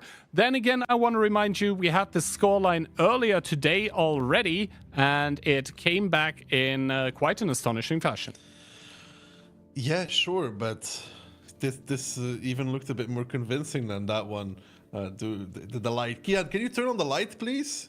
I am trying right now. The lights in the office currently out a bit, but I think we can just go maybe to the battle results screen, because that one is hopefully going to be working, where we are going to see that,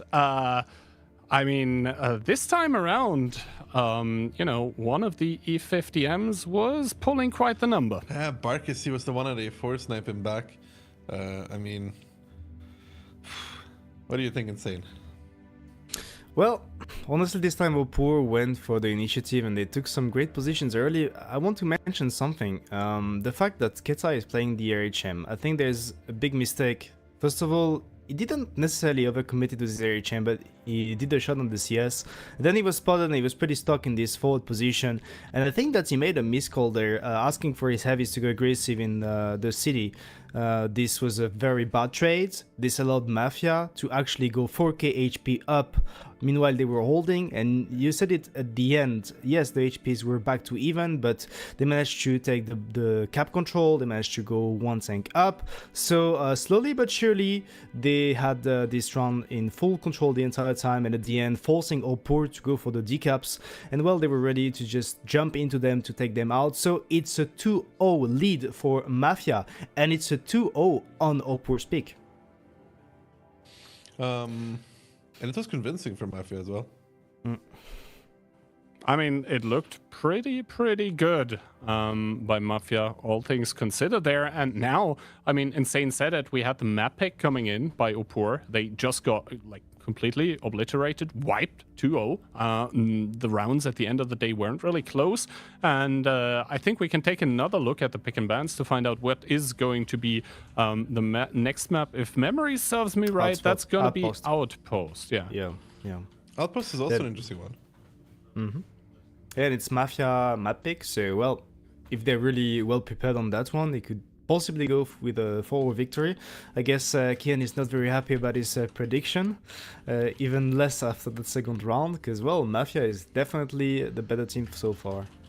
I mean, at the end of the day, if this match goes like the first one did, then we would find ourselves at a 4-2 scoreline for Opur, which is exactly what I predicted. But for this to happen, it would mean that Opur as a team and also each on an individual level would need to step up, because, well, to be quite frank, what we've seen so far by Opur, at least against Mafia, it wasn't enough. No, it has not been enough indeed. And you know what I like so far about this tournament, Key? That it doesn't seem very likely that we're gonna get a repeat of what we saw in the past. Like, I don't think we're gonna get hit and run Opur finals. It's just not looking that way with the way that everything has gone so far. I could be wrong still, but I mean, it remains to be seen. This is only match number 2 out of 8 of the total of 8 matches for the weekend. But Mafia now coming in looking for the match point in round number 3 in this best of 7. Once again, both teams here with a Rheinmetall, then both teams with a triple E50M. And it seems like they've copied homework from each other, both teams with the CS63 and the double IS7. And the double IS7, this is very... Mirror matchup in Onslaught is rare. I mean, does that mean, in your opinion, that at least on Outpost, maybe there has a meta, like a meta has already developed? Potentially. Or like they train against each other, or they both realize the same things in training. They do not seem to do the same things, though, at least in the match here. Now, Mafia sending a lot of tanks on towards the northwestern part of the map, where we...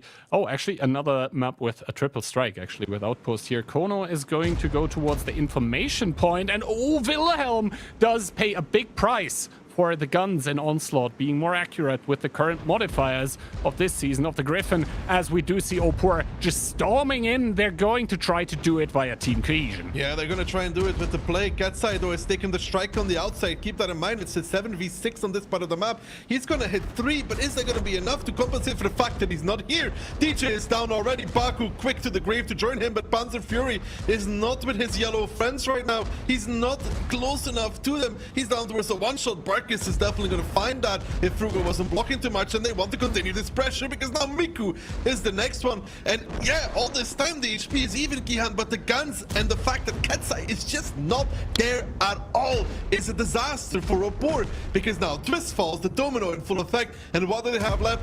Double IS-7 and an RHM.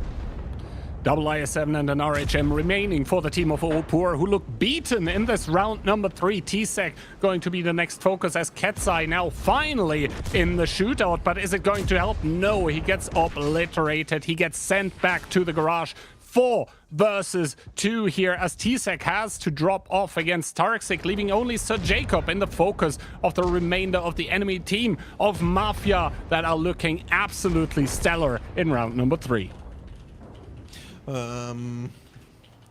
Yeah. And what I did like, I think Opur was using their CS63 to boost Sir Jacob, I think it was Jacob or T-Sec, one of the two, towards the D line, right? The DE line. But in return, though, Mafia was using their CS63 of Kono to establish behind the E4 position. There's a little bit of a wall there you can play behind to put a first layer of crossfire. It also seemed like in general they were faster up, which allowed them to focus DJ when he came back in. And like nukes and all, like strikes, it's all really cool, but strikes only make an impact that more insane in longer games. Okay, you do 1,000 with a strike here. You have 2,200 HP out of the fight, and an RHM, which is actually an incredible tank in terms of like just raw shooting. Yeah, I mean, the story repeats in these Onslaught tournaments. We have brawls happening, and it's always the overmatch actually making the difference, and that was the case for Mafia. Once again, the good opening, actually having a good read on what Opur could do, going for the contest on the middle, and well, they expected them to go there with almost their full team, and well, they mentioned it. On top of it, you had Katsai completely out of the fight with it HM. Yeah, he's gonna pick a good strike, but then afterwards... Look at Willem. He does 2.5k. Yeah, and exactly. he even took, I think he took 3 shots in the beginning for no reason to spot the outside, right? I think so. And he does 2.5k. Katsai does what? 1.3 and 1k from the strike. And all of it was endgame damage. Also, I think, once again, Mafia did a really good job of focusing out the tanks on the enemy team with the actual DPM. We see the E50Ms are from the bottom of the board 1, 2, and 4. This means that once again, Mafia was able to single out the tanks on the enemy team that at that point in time actually mattered. And for Opur, yes, the RHM was out of the game, but I think the bigger problem for them was that they weren't able to pick off the DPM from the enemy team. Because, yeah, your IS-7s remain, but what do? Well, 500 damage every 10 seconds? But the opening was just better from Mafia as well. Like, using the CS to boost, I think, is a waste here. You saw how Mafia used them. They just drove them down the middle. They didn't care, right? They just drove them up without boost or whatever. But in, like, locking a tank to boost an IS-7, it's an IS-7 key, like you said. It doesn't really have any DPM. Kono did 5k in that game, just because he was in permanent crossfire. There's no reason why Opur couldn't have done the same thing. I really think that boosting an IS-7 there is not useful and doesn't add anything. No, it didn't really feel like it added a whole lot. And the thing is also with the strike, yes, it does damage. It also adds the stun, but if you only have one strike available, this means at the end of the day that the stun can just be removed. So another advantage normally that you would have simply getting negated. And then, yeah, the RHM is out of the game. Seems like no changes though, okay, by the looks of things. Yeah, so far... Wait. Opur changing though. They brought another E50M on less IS-7. Yeah, so essentially giving up a bit of armor, a bit of HP, a bit of beefiness, and another CS here for a bit of mobility, a bit of DPM. This does look like it's like late game changes though, you know what I mean? Like, how to say it, a thought of the moment, not pre-planned anymore. At least that's what it looks like to me. Or maybe they had two different tactics and basically decided to go for another one now that they saw how the first round was played by I was Mafia. thinking about it. What if you just drive them straight down the middle? Like, what if you don't care and you just drive them straight down the middle like they're doing? Because it's faster. It's still faster than going through the outside. No? I mean, we'll have to wait and see. Wilhelm there getting all the information on towards the tanks of Opur, even putting in a shot of damage, and they're driving in towards, once again, a team of Mafia that are there with a lot of tanks. Miku, the first one to get focused out here, down towards 1400. The Ignite coming in from the outside by Wilhelm, who's able to bring in his DPM. Click also getting focused, but in turn, Miku, the first one to fall. Miku, the first one to fall. Kono will be the second. Ketsai is going to be dead already in the light tank as well. Click trying to make it around the corner. He will survive for a mere moment in time, but this time around, yet again, Opur trailing, but a lot of HP is on these IS-7s. These IS-7s don't have DPM. They need to delete the DPM for the side of Opur, which is DJ, which is that Panzer Fury tank. They find Twisto in the CS. DJ is going to be next, and still, it is neck and neck, but now you see the bigger issue is that the double IS-7 and RHM, like you mentioned, they don't have that DPM, and Panzer Fury is having the game of his life right now, just having a good time, just shooting these tanks over and over and over again. Yeah, Panzer Fury there with the funny button is going to have the day of his life in this round number 4. Opur down 0-3 right now. Currently, though, with the HP advantage, we'll have to see if Wilhelm is able to turn it around in that Rheinmetall. Panzer Fury has the funny button activated, does not connect onto Wilhelm there, and now Toxic starting to bunch Panzer Fury back into that corner. Once again, a shot not connecting onto Toxic, so Jacob coming in with the ram from behind. And Wilhelm, he's going to go for the damage here, actually. He should run, no?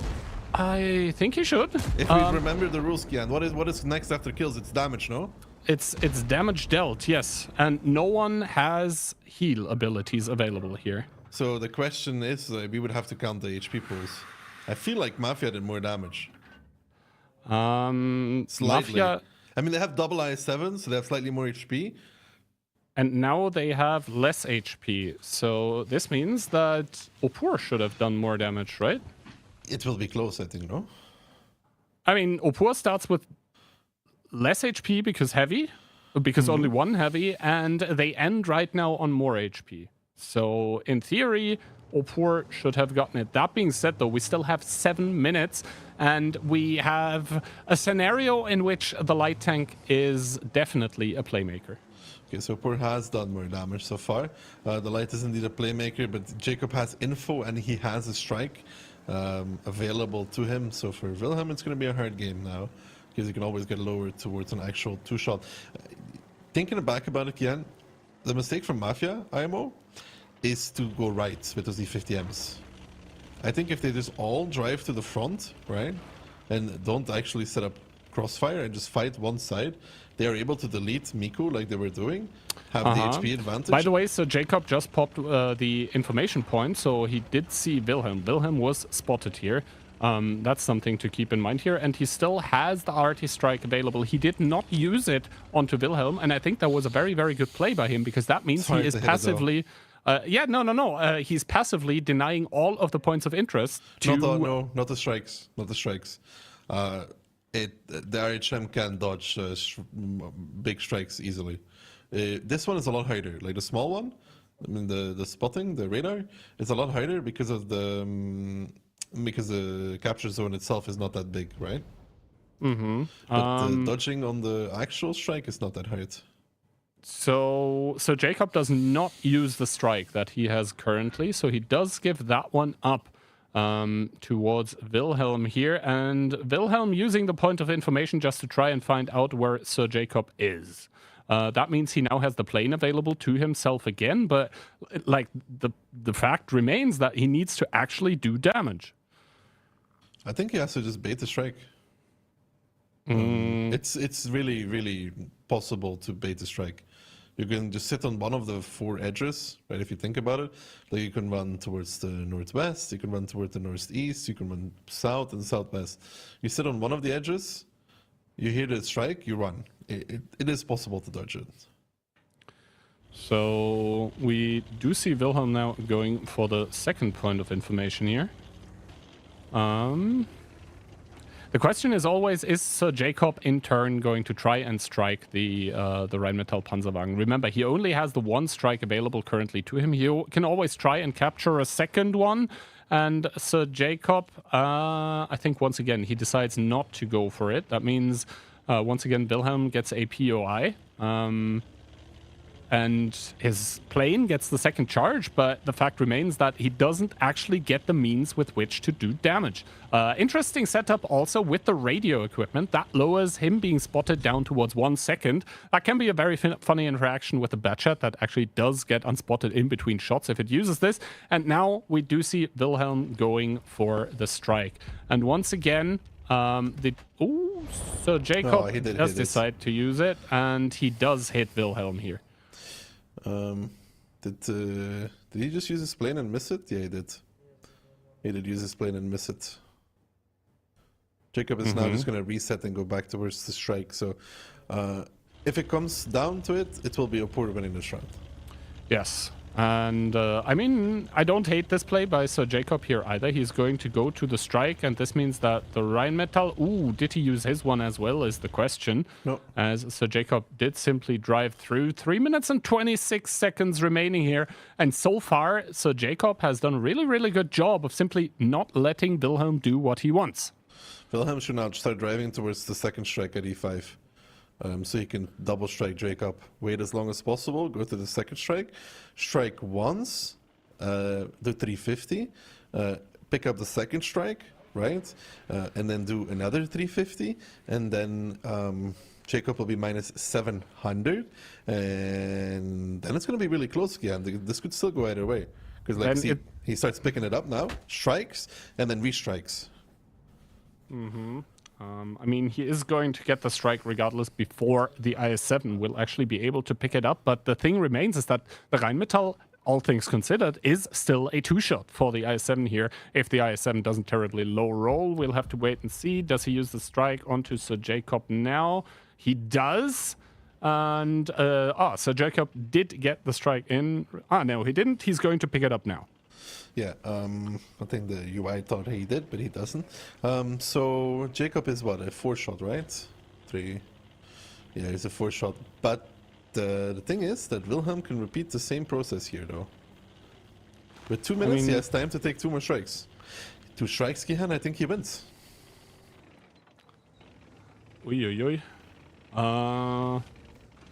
Is Sir Jacob going to strike here right now is the question. We see Wilhelm at the edge of the strike, ready to drive out if anything happens, but in turn it's just going to be... He missed. And this means that he's not going to have a second strike for the time being. However, he does pick up the POI. He does pick up all the information he could need in the later stages of the game, and now the clock being... right after the strike, probably, to try and give a shot. And I think he's not in render. No, he didn't hit it. So 1 minute 20 now for Wilhelm. He needs to... Jesus, it's such... I mean, he wants to win on damage, right, Gihan? And to win on damage right now, he needs to go take the spotting thing, spot, put it on Jacob, strike Jacob, plane Jacob, drive to the second strike, and do it again. But it doesn't look like he wants to go for that, actually. That's what I would have done, but... Maybe I'm just clueless. Because there's time to take spotting, spot, strike, plane, strike again, you know? I mean, maybe he is minus just... 350, minus 350. Does he win this? Does he win this? Good question. I mean, he is going to stun Sir Jacob. The question is, does Sir Jacob have the medkit up and available? He should. Ooh, he guesses in the right direction. Or misses his pot shot here. That means Sir Jacob is now going to run in. Wilhelm there does pop the strike, does miss the strike, and I think Jacob realizes that he doesn't need to go for this. He's just playing a very, very passive game here. He just has to pre-aim the corner, and that is the first shot on towards the Rheinmetall. He's going to remove him to a one-shot. The Rheinmetall reveals his position by capturing the point here now, and this means that I think Jacob, he just drops down, no? Yes. I'm inclined to agree with you, Kihand. And yeah, as the round is over, if we didn't do anything wrong with our math here, this would mean that Opur finally do get one on the board here. Well, it took them long enough. My only question, what do you think? And same would Mafia win if he did what I said? Go to the info thing, use it, strike, plane, go to the second strike, strike him again. I mean, it's tricky, but at the very least what he can do is that he can get the strike on the I7 without the I7 making it out on time. In return, he could avoid the strike himself. He did it like once, almost twice. And yeah, he had definitely enough time. He had 5 minutes to play when it was a 1v1 situation. I think he baited the strike way too late to begin with. Like, he was going around taking spotting. But like I said, you can bait the strike and get away with it. He did it once. He could have done it a few times. But what's also interesting to mention is the early brawl between these two teams.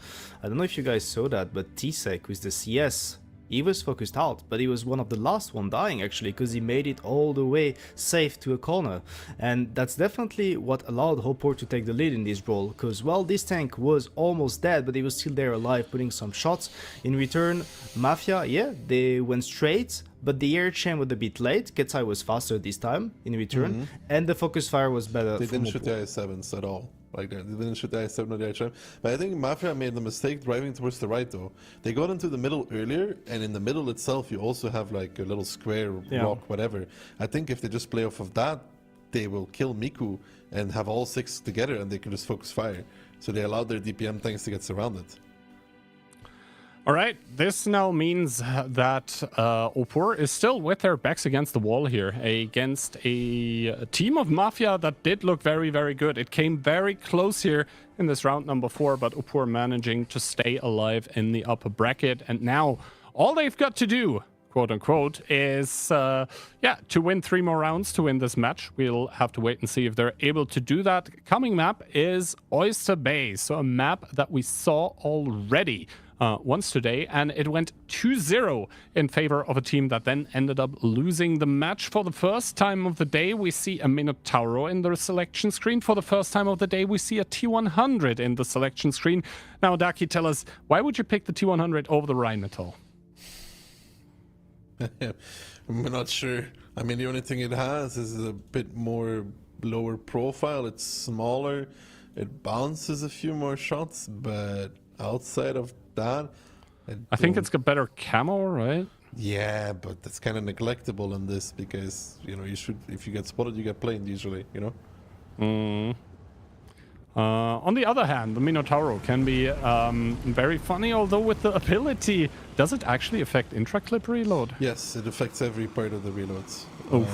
So the way it works is it's -5 seconds on everything. Intra-clip, overall reload, it doesn't matter, -5 seconds. So if you start reloading, you get hit 3 times, it's 5 seconds left. It turns into a clipper against certain tanks. Against any 50, it turns into a clipper almost. Against the 50B, you clip him, he clips you. I mean, I did see a Badger versus a TVP actually, and like the TVP didn't realize, and the Badger did just like, for every shot that the TVP fired, the Badger gave one back. That was quite a funny interaction. All right. That being said, though, Opur opening towards the north part of the map, where we saw earlier today 113 playing, is now going to be an IS-7. Shots being exchanged, point of interest taken here. It's going to be Opur taking a strike, but the Mafia hit squad with those mediums, they're taking a lot of map control here. This means that Opur, after taking the information advantage here with Ketsai and the T100, they're going to have to do something rather soon, because they have to realize that otherwise they're going to get surrounded. And I think Opur, they probably have to push on towards the Mino and the double 60 TP. Yeah, but Kono took so much map control already. Does he even find an angle on the 60p? I don't think so, right? T-Sec is now pushing into the strike even, and now Opur coming forward with all of their tanks. Darkstair tries to make a shot, but takes one in return. Frugo taking one as well. Now Marcus and the Mino trying to hold the line, but so far Opur, for the first time in what we feels forever, is leading the game and is leading the pace, and they want to overmatch this Panzer Fury. And Twist now coming as well, and Marcus, you may be basically a clipper in that Mino, but you're gonna disappear in 1, 2, 3 when the rest of Opur comes behind you. The Mino down and out. That setup not working for Mafia, and Opur finally smells some blood in the water. They're not gonna let Tarks go either, and I don't think they even want to let Frugo and Baku really get out of this. They smell that they can win this, and in this meantime Kono and I think Click forever out of this fight. Yeah, Kono and Click completely unable to contribute here on towards the team of Opur that is just in full-on assault. Frugo probably going to be the next one on the chopping block as he goes down to 677.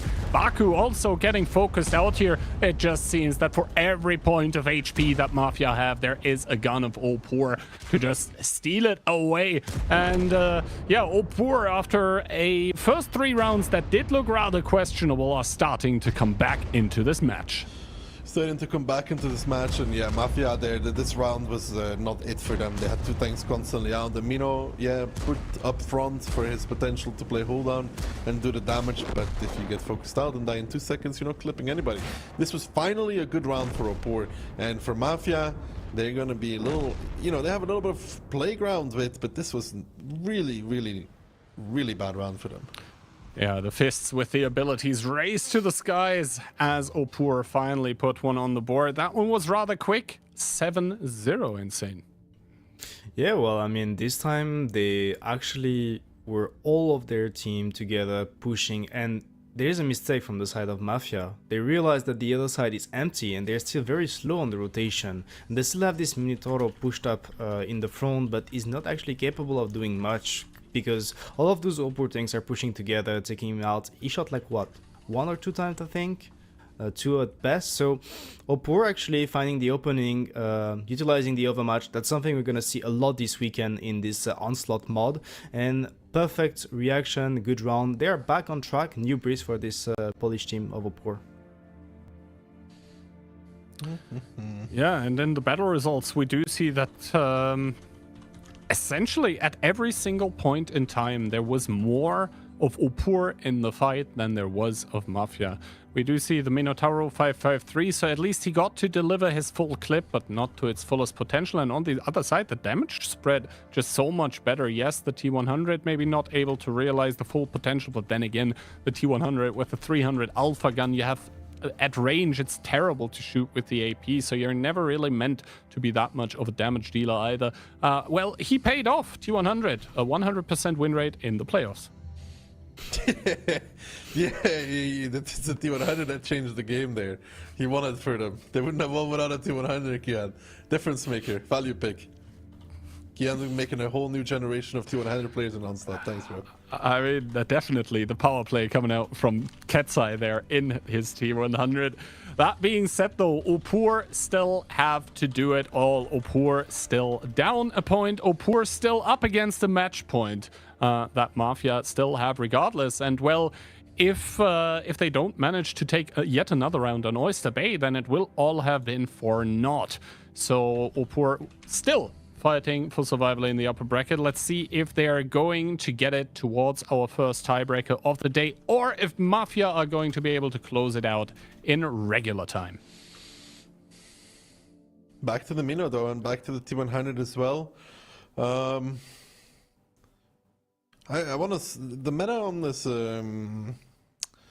this map, but that 60 TP position. If you play around it well, it's kind of hard to play from Southwest. I mean, we saw what's their name, Scarlet Flower, do it. But that's also really because the 60p kind of got abandoned, if you remember. So Opur now coming into this one with the double 60, it seems, with triple I7, 1E50M, 1 T100. On the other side, we once again have the Rheinmetall Panzerwagen, then the Minotauro, double E50M, CS63, and double 60 TP. Lineups confirmed now, so nothing's going to change anymore. Question remaining, where are the tanks going to go? I think the T100 missed Wilhelm with the strike, so they don't quite know what light tank is going to be on the enemy team or where he's going. Yeah, but it's usually kind of obvious where he would be going. So they're going to be taking the info thing again to respot that Starks. And again, Opur playing very heavily A to D line. We saw Cashback do this, not successful for them. Ooh, twist there, taking one on the cross. I believe that was a shot by the 60 TP of Frugal. The Minotauro normally not with that kind of alpha damage here. Barkis, there are 4 shots remaining, decides against the big reload, although how big that reload is in the Minotauro remains to be debated.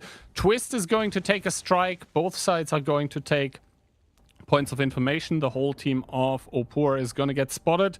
And it seems like Ketsai got tagged for that one. Guess I did get tagged, but just minimal damage. This position from T-Sec, I don't know if I like it. Also, Kian, these bushes on Oyster Bay, they're very frustrating. I mean, they do not seem to provide the thickest of foliage here as They barely Click provide starting... camo. Yeah, as Click starting to peek on towards T-Sec while he's still spotted, though no shots being returned on towards Click here. And T-Sec has to basically run away to a position further back. Twist now, firm control over the strike in the northwest. Both sides once again taking a point of interest. It's going to be information for Opur, strike for Mafia. And I think Katsai just got striked in the T100. So the Rheinmetall now certainly with the HP advantage. I think also with the DPM advantage makes it around the corner even. Wilhelm, that is, before T-Sec can spot him out. I mean, the Marsham normally wins anyways. I don't think the strike makes a difference there, but, you know, focusing it on a tank like the Light, if you do catch him, then he just dies quicker, you know, so... anyways, it's not necessarily that bad. And now we see a half map split though. A half map split, and T-Sec was waiting for Click in that E50M. Does take one shot in return though. So once again, the funny button coming into full effect. Oy, 1-2 tap. Who surprised who now, huh? I think Click positively Somebody surprised call himself. an ambulance, but not for me. And even takes the strike, man. Insult to injury. T-Sec's not going to be happy here.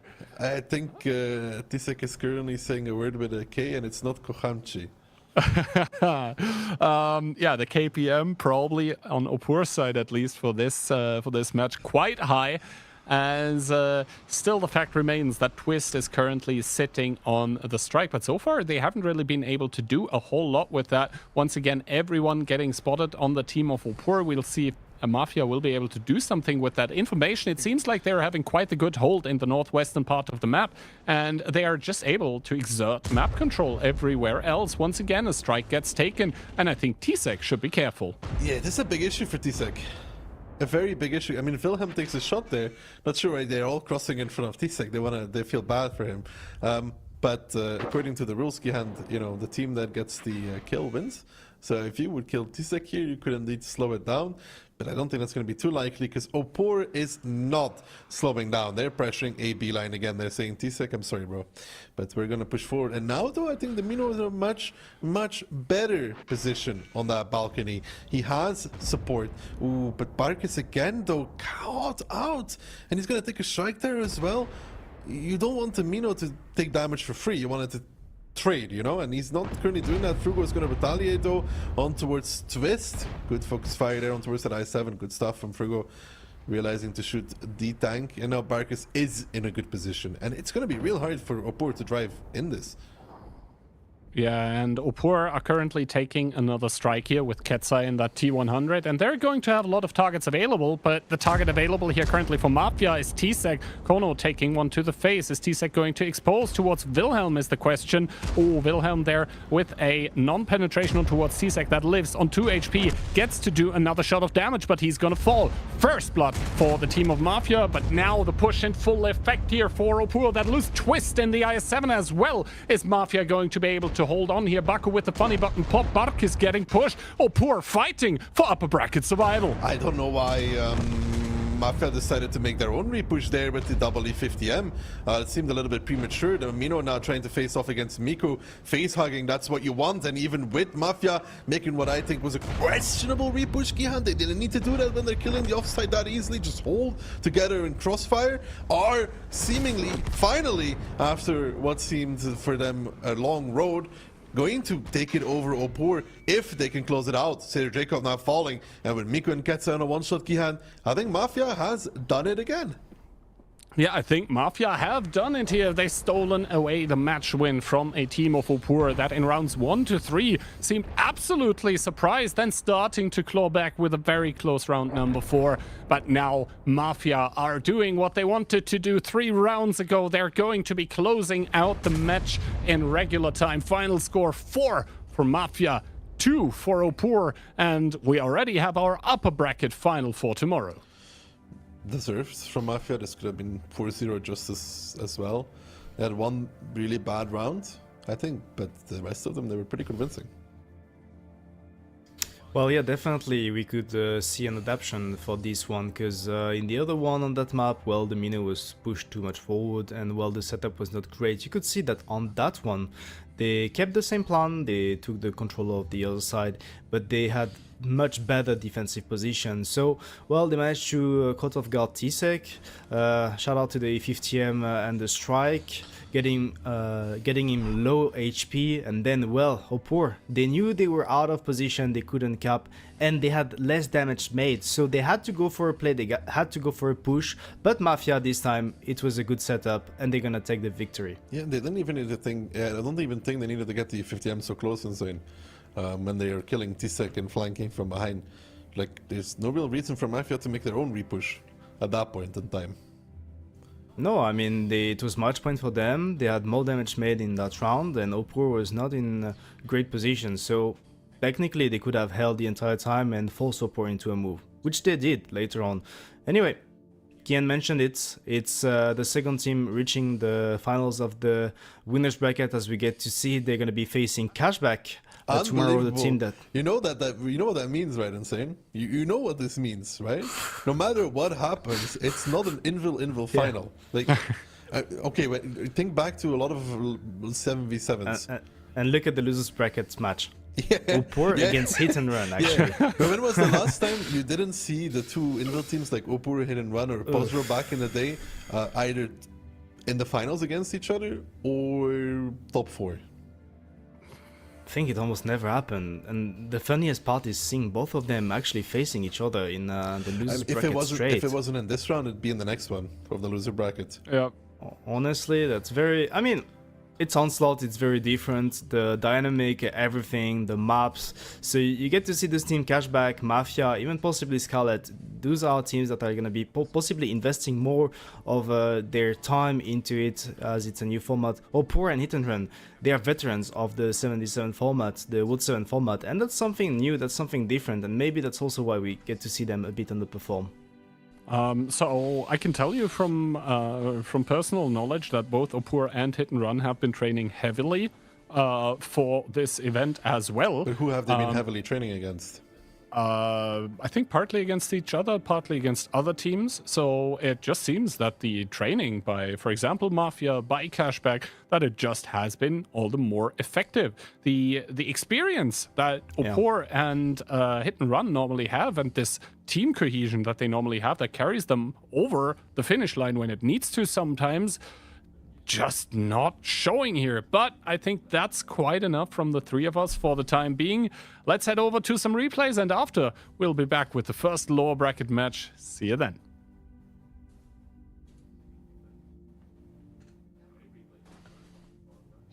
Or I guess we'll just stay here and talk a little longer.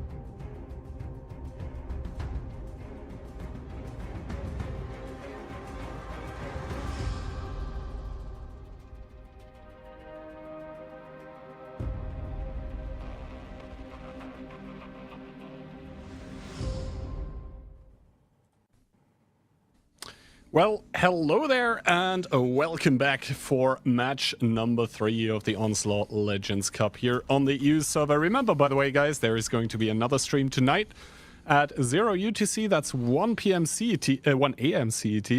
I think it's 6 p.m.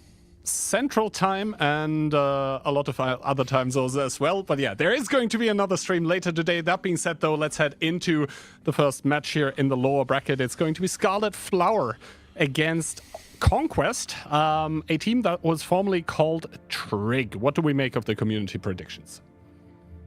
Seems fair to me. Conquest, I mean, they did beat, like, talked about it in saying they did beat Opur. Yeah. But, you know, the Opur that we've seen so far, Kihan doesn't really say too much, you know? And that was a really close group in general with 3 teams of 4 points. Yeah. Where Opur I mean, got second and Trig got third and then the Relax team got fourth. I guess we can say that Conquest is the underdog in this tournament. It's a good performance already to reach the playoff stage. And it's going to be pretty hard against Scarlet. I mean, they already played one of their match, so they had the chance to see what they played on 3 maps. They might use that to their advantage. It's the losers bracket, but it's still BO7. So it's a total of 4 rounds to win, up to 6 maps and the tiebreaker. I mean, we'll have to wait and see. First of all, predictions by the caster/analysts coming in, and every single one of us going with a 4-2 for the team that dropped from the upper bracket. And the first map is going to be Cliff, a map that we haven't seen so far in the playoff stage of the tournament, but I've been informed that teams consider it to be quite balanced. Yeah, I mean, quite balanced, Key, but it is a very quick map, though. It can be a very quick map, and the tanks that are picked are also very quick. First of all, the 430U making an appearance, and that is a quintuple appearance, together with an STB1. Not a big fan of the tank myself, although the inspirability can be quite handy. And yeah, for Conquest, group heals coming in with the BZs. If Scarlet Flower gets a good engagement with these 430Us in the beginning, this could be over so quickly. It's really... The name of the game is to be able to kill 1 or 2 430Us, like blow them up, so they don't have that much DPM left. In a straight engagement, if they can't kill something quickly and the 430Us get to engage Kihan, it's kind of like getting pushed by 907s in a few heavies. If you can't kill them quickly.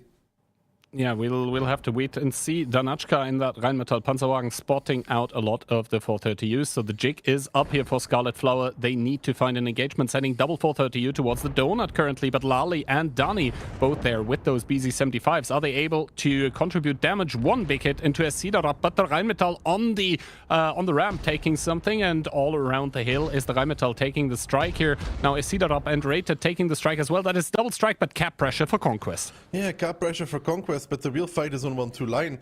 430U dropped towards 576. It's the up there backing off Rated now, trying to do what he can in his 430U. Activates his funny button. Magic is coming off of reload though, and he's pushing forward to behind Rated. But that is not really going to work out for him either, because Exo is just going to fall to the alpha of the 430U. And yeah, Magic is going to clip Rated. They're both 500 HP, but 1-2 sucker punch. Rated might even find it. No, he does not.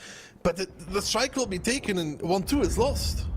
1-2 is indeed lost, and the TVP doesn't have the HP anymore to engage against the 430Us. Cap currently blocked. The BZ75 on the ramp is able to hold strong, to hold on against that STB. Everyone on the team of Scarlet Flower inspired currently, but the HP favoring Conquest. That is dropping now. Rated seems to have missed his engagement against Magic here. It is a 1v1. Who's going to take it? It's going to be the 430U, as Ktsunk in the STB gets shut down. That's no group inspire anymore for the entirety of the team of Scarlet Flower. And And now those 430Us, all of them funny button pop, but does it help here as Johnny X marks the spot, rams the 430U, doesn't get the kill. This is chaotic. This is chaotic, but it's exactly what Scarlet Flower needs. They need to be able to keep those 430Us alive for as long as possible. And Conquest had that HP lead, but the DPM that Scarlet Flower has, Kihan, you could just see how much it hurts. Like you're engaging with BZ, a tank that is not known for its great DPM either. You're not able to quickly make a kill. Those 430Us, they just activate their DPM and they start shredding. And you have to push, you have to find a kill, but it's hard. And you can see that an HP difference of 2-3k, it means nothing against this DPM lineup if it can actually fight. And the biggest issue there is 1-2 being lost the way it was. They did a good job focusing out the CS, but the TVP of Magic, not finding either of the two for Tyriuski, that's awful. Yeah, that was completely awful. Awful round for Conquest, as the first round of the match is going to get picked up by Scarlet Flower. And honestly, with that big shootout in the middle of the map, I kind of had a throwback to, you know, a few years ago when teams were basically contesting the middle of the map with autoload, as it almost seemed like a familiar yet different engagement. The first thing to mention, which is interesting, is the use of the HM with the plane. Well, they get to know that the TVP is not going up, so it's going 1-2. So Scarlet decided to cross over with double false OTU. We had the feeling that Conquest had that with the CS and the TVP, but at the end of the day, the false OTU is so strong with this ability.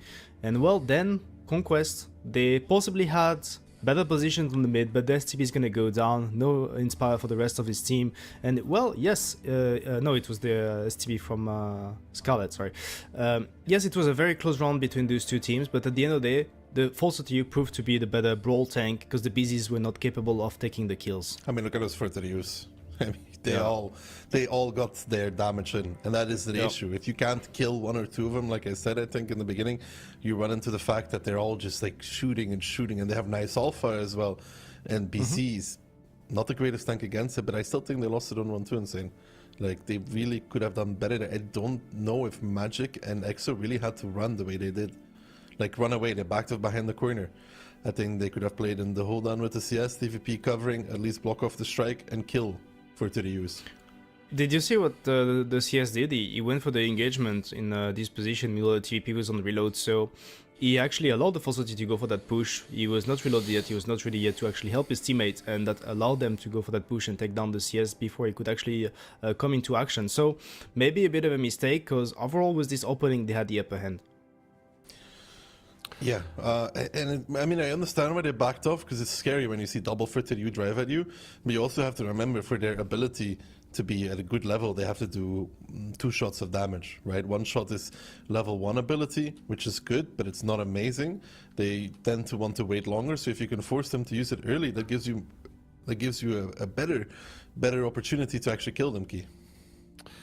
Yeah, and now as we head into this round number 2, we do actually see 277s getting picked by Scarlet Flower. And yeah, so they do not go for this 430U overwhelm that they did first round. So we do see quite the switch up regarding tactics. Both teams obviously with the Rheinmetall again to just get that information at the start. But I think the biggest difference here in the lineups is not the 277 versus BZ. I think the biggest difference is that Conquest actually do have an autoloader available. Yeah, again, they're bringing its TVP, and the TVP is a very impactful tank as well. If it can clip and reclip and reclip, it is just cracked, actually cracked. But in the last game, we're not even in the NA stream yet, yeah, right? I know. But the issue is getting those clips, though, against these tanks. Yeah, and actually frontally against BZs that are quite some distance away, it can be a bit difficult with the TVP. Not the best of pens, but then again, the gun handling should be okay in Onslaught. Now, Danachka here does spot out the double CS once again as they cross over towards Donut. That being said, though, Scarlet Flower, they are pushing 1-2 line against Magic. That seems kind of out of position. He does have the CS above him to basically provide some DPM support against the Crystal, but for now, they're able to just chase off that pesky TVP, and now it seems like Conquest are gonna get the strike in 1-2. They are going to take the strike in 1-2. They're going to take the strike around the hill as well. But Danachka here is in a bit of pickle, Kihan. The real issue is that Conquest has repushed, but they haven't found anything, and now they're pushing back across the middle. But look at Esther and Shelby, they're already in position. Serial Killer kind of going by himself. He needs Tiger to go with him, but even that is not enough. Rated is in position as well. Gives one from above now as well. The RHM, the Crossfire, they just didn't allow the repush, and now they're just trying to get back in it, but they're not getting anything. They're just getting stuck between the guns of Scarlet Flower, who are now repushing 1-2 themselves with the 22277. I think that is a mistake, though, for the side of Scarlet Flower. I don't know about this one. Yeah, Lali is pretty low though in that BZ75. Possible one-shot for 2277. Salvo fire here as one strike gets set. That is going to mean that Lali has to evacuate in towards the enemy guns. Goes down here. So the first kill the way of Scarlet Flower that are currently up 2k HP. And the problem for Conquest is that yes, they do have the control over the cap, but does it really gain them anything? No, because the TVP is super low already. Now Vladislav here, very low in that CS2, is shielding Crystal here. Danny pops the group heal for himself. Is it going to save him? It's certainly not going to save Rated, who's dying in the middle. Yeah, Rated dying in the middle, but Shelby finds Danny, and the bigger issue there is as well that Exo's position, Kihan, behind that rock, it's a really powerful position, but it's less powerful in Onslaught because of the planes. It's less powerful in Onslaught because of the planes, and it's very, very useless against, or when you're a one-shot. We can see Shelby walk there, actually with the pickup on towards that CS, is able to pick off the Crossfire, and Danachka spotted in his Rheinmetall Panzerwagen, cannot make it up the hill here as well to contest against Rheinmetall. Up there, takes another one down towards a two-shot. Needs to be very careful on this ramp here, actually, as more strikes get taken. This means that the cap, currently, not a problem. And then Ashka even fallen. He wanted to go on the hill to go kill Shelby, but that wasn't it. And the crossfire from Scarlet just too strong. They do find Crystal though with Serial Killer. A good shot there. He's now dropped towards the one shot. He's healing it out a little bit, but that's not going to be doing too much. Q Sprite actually picks it up himself from the south corner, and now just Magic and Tiger left standing. And Cliff is a map that Trig or Conquest is going to have to forget rather quickly, because it wasn't it. I mean, strikes raining down left, right, and center, and it seems like Conquest did not bring any umbrella to the fight today, as it's going to be Scarlet Flower 2, Q Sprite jumping down, and Conquest 0. That was good setup from Scarlet. The repush back across Insane. They repushed and there was nothing there. Well, honestly, I felt like it was good for us to have Conquest, because they didn't get to fight those tanks. Most of the time when you take the control of the donut from the lower side and you set up and you have a push incoming into you, you tend to destroy it. So at the start I felt like it would be a convincing victory for Scarlet, and I saw that they were starting to chase the TVP, so they were not in position to contest it.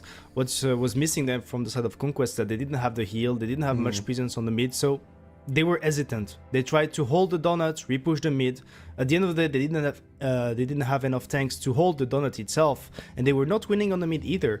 And you mentioned it also. I think that this position with the CS on the corner, at the donut, that's not what you want to play in Onslaught. No, it's not that good. You get shot over and over again. I also don't think that the TVP should be running that far away. The more times he baits towards him, the better. But them giving up middle fully Insane, and the TVP had no impact. He wants them to chase him. It's good if they chase him. Yeah. I mean, at least I think so. And if he's closer, he can also shoot the guy at E1, you know, at some point. Or if he's staying over 1-2, you remember when Scarlet pushed up again? He can come behind them. But like in this game, I think the TVP was a null factor that achieved nothing. Like he was 1-2, he got chased away, and then he drove towards the 6 line and sat behind the corner. Yeah, he went all the way around back to the mid, so it was not impactful anymore for TVP. Yeah, this now leaves us after Scarlet's map pick, 2-0 for the side of Scarlet. Means that now we are headed towards the map pick of Conquest, but what do we foresee there? Because honestly, like, Cliff is such a brawling focused map that it just seemed like, you know, Ducky, at the end of the day, Scarlet Flower looked like the better team even. Yeah, no, they had they were quicker on reactions as well. Like after they lost 1-2, they were quick to cross back towards the middle, and you could see them BZs going one by one, taking a lot of damage. Then Ashka, after he took the first strike, he needs to drive on the hill, right? And he never did that, and them not having the hill was a big factor there in that game that cost them. But we're on to Airfield again. A bit of a slower game, potentially better for Conquest. Potentially better for all the Hungarian fans out there. We have to hope that it gets better because so far we didn't really see a whole lot from them. Conquest coming into this one with the 60TP mouse 705A that we haven't seen so far, I don't think. Magic with that E50M, once again with the funny button, and Danachka with the planes and the Rheinmetall completing the lineup, but Scarlet Flower, ooh, they do, this time at least, bring an autoloader. The one that Magic had on Cliff, it's going to be the TVP. Yeah, and the TVP is good to secure B-line in the beginning if you want to with a CS. Put a TVP behind him, he aims, and you just clip the guy crossing. But with the light info being given, you can see that there is nothing that can stop Xank from just happily going across. Could even go further all the way if he wanted to, towards the info thing. If that's what he wanted. Yeah, he can just do this for free. Ooh, serial killer there with a blind shot, and I think honestly that was a really, really good timing coming out from the mouse with a shot. He does not connect, so not rewarding himself for the efforts, but this means that the first point of interest is going to get taken by the team of Scarlet Flower. The first shot as well taken by Scarlet Flower as well, though on Vladislav in that 60 TP, but this means that the CS63 at any point in time, he can just pop the information, get the small strike for himself, and even another strike somewhere on the map is getting taken by Scarlet Flower. Currently, I think that is by the TVP here, and the mouse serial killer starts walking into a crossfire. Yeah, and the plane usage from Shelby was good as well. He spotted Magic to go in from the 60p from the middle. It's a little bit, and it adds up over time, you know? And for Scarlet, I mean, the only issue they have here, Key, is that the strike can only reset one. Yeah, I mean, Conquest are doing a good job of basically not putting both things in the cap together. Rated spots out Panzer Tiger.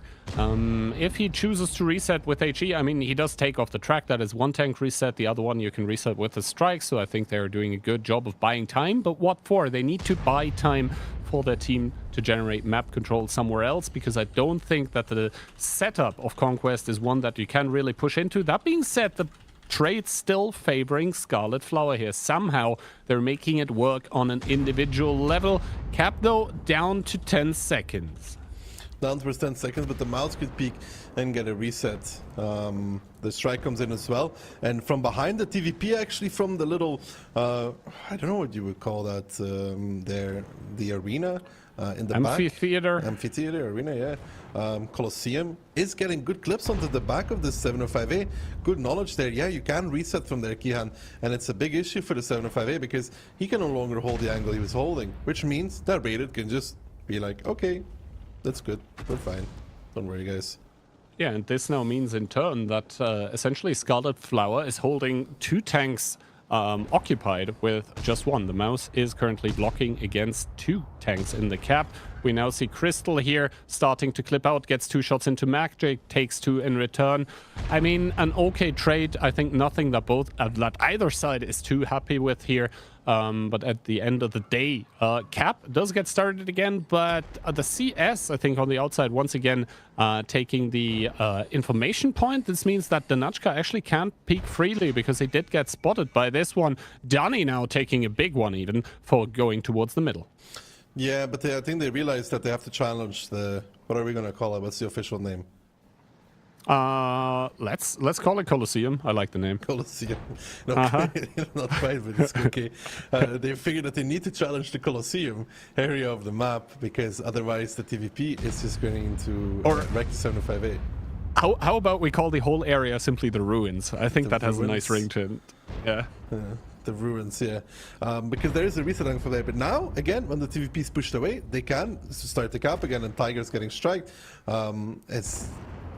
How do you say it? Asina Rab is getting the capture blocked, but Xank crossing over in the CS63, and here comes Scarlet Flower, though, Kihan, getting angles on towards Serial Killer from multiple sides. 1, 2, 3, sucker punch on towards that mouse, and yeah, it has a lot of HP, but god dang, that hurts. That did indeed hurt. Serial killer down towards 1600. Is not going to get a lot of kills here as Kitsunk is going to get close towards Danachka, who needs to run. He doesn't have the HP or the DPM to contest against the CS63, who puts a nice one in towards the backline. He's playing more careful than Shelby Walk was in the first match of the day. Is it going to save him though? That remains to be seen as Scarlet Flower, they smell blood in the water. And Conquest, they look bloodied here in their tanks in the red camos. They look bloodied. They're still within range of HP though. 3k. They have things to play with, but they need to find some kills here. Vladislav is an obvious one in the middle. Magic with that E50M needs to get involved as well. Xank though is, I think, the nail in the coffin here. I mean, it dropped quite a bit more, but the CS63 position key, I mean, Danachka has to fight him. Danachka has to fight him, but the thing is, I think Kitsunk has done just about enough as the tanks on the Conquest lineup do start dropping. Magic down towards a one-shot, puts one more in the sight of Rated here. He currently has more TPM, and the broken gun doesn't matter. But what matters is that Isidarup gets the kill, making it 4 against nothing in the kill department here. Scarlet Flower holding on. Vladislav still alive. He does have the reload even against Lali to possibly make it a clean game. And Conquest, once again, a team that looks battered, bruised, and beaten.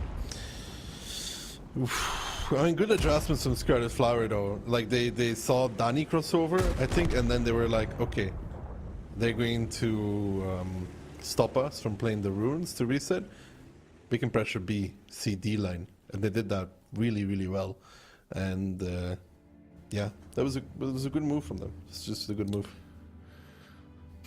So first of all, what we can mention is that they completely abandoned the north, like the spotting point and the strike. They allowed Scarlet to take it pretty much freely. In return, they went for a cap play. So, well, didn't work accordingly, if you can say so, because the TV found an angle from the runes to get the decaps on the 705A.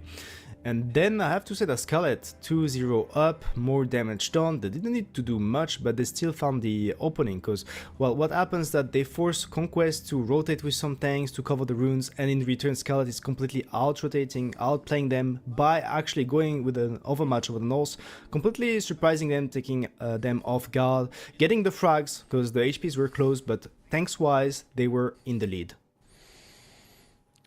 Yeah, and we can see here Kitsunk 6k plus damage and 2 kills to his name. This just means that at the end of the day, this unchallenged CS63 on the outside was just able to continuously bring his gun to bear, to continuously also, and I think that is very important in Onslaught as well, to focus down on those one-shots, or to focus on the low HP, actually make them one-shots, to take the options away from them to make kills anymore. So yeah, I think the team of Scarlet Flower did a beautiful job here in round number 3 of just taking option after option after option away from a team of Conquest that did not seem up to the task to really do anything. They used those mediums really well. They had 2 of them versus just Magic and the 50M, and they exploited the fact that they had the TVP and the CS later on in the game.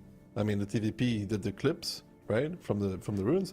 He went north, then the CS pushed through, and there's just nothing really in the lineup of Conquest that can rotate easily, right? What did you have? You had 60 TPs, a 705A, a mouse, and a 50M and an RHM. And I mean, they tried to rotate, right? They tried to put a 60 TP towards the middle, but even that one got just punished. I think he had to pay like 700 or even 1,000 HP just to go there. So yeah, it was quite brutal. And now Conquest is faced with the prospect of going out 0-4, because it's Scarlet Flower who'd need just 1 more point on the board. And if the, yeah, if the progress of the match so far is anything to go by, then Scarlet Flower is going to be taking this one, because honestly, Conquest, as hard as it sounds when you say it, have not looked up to the task.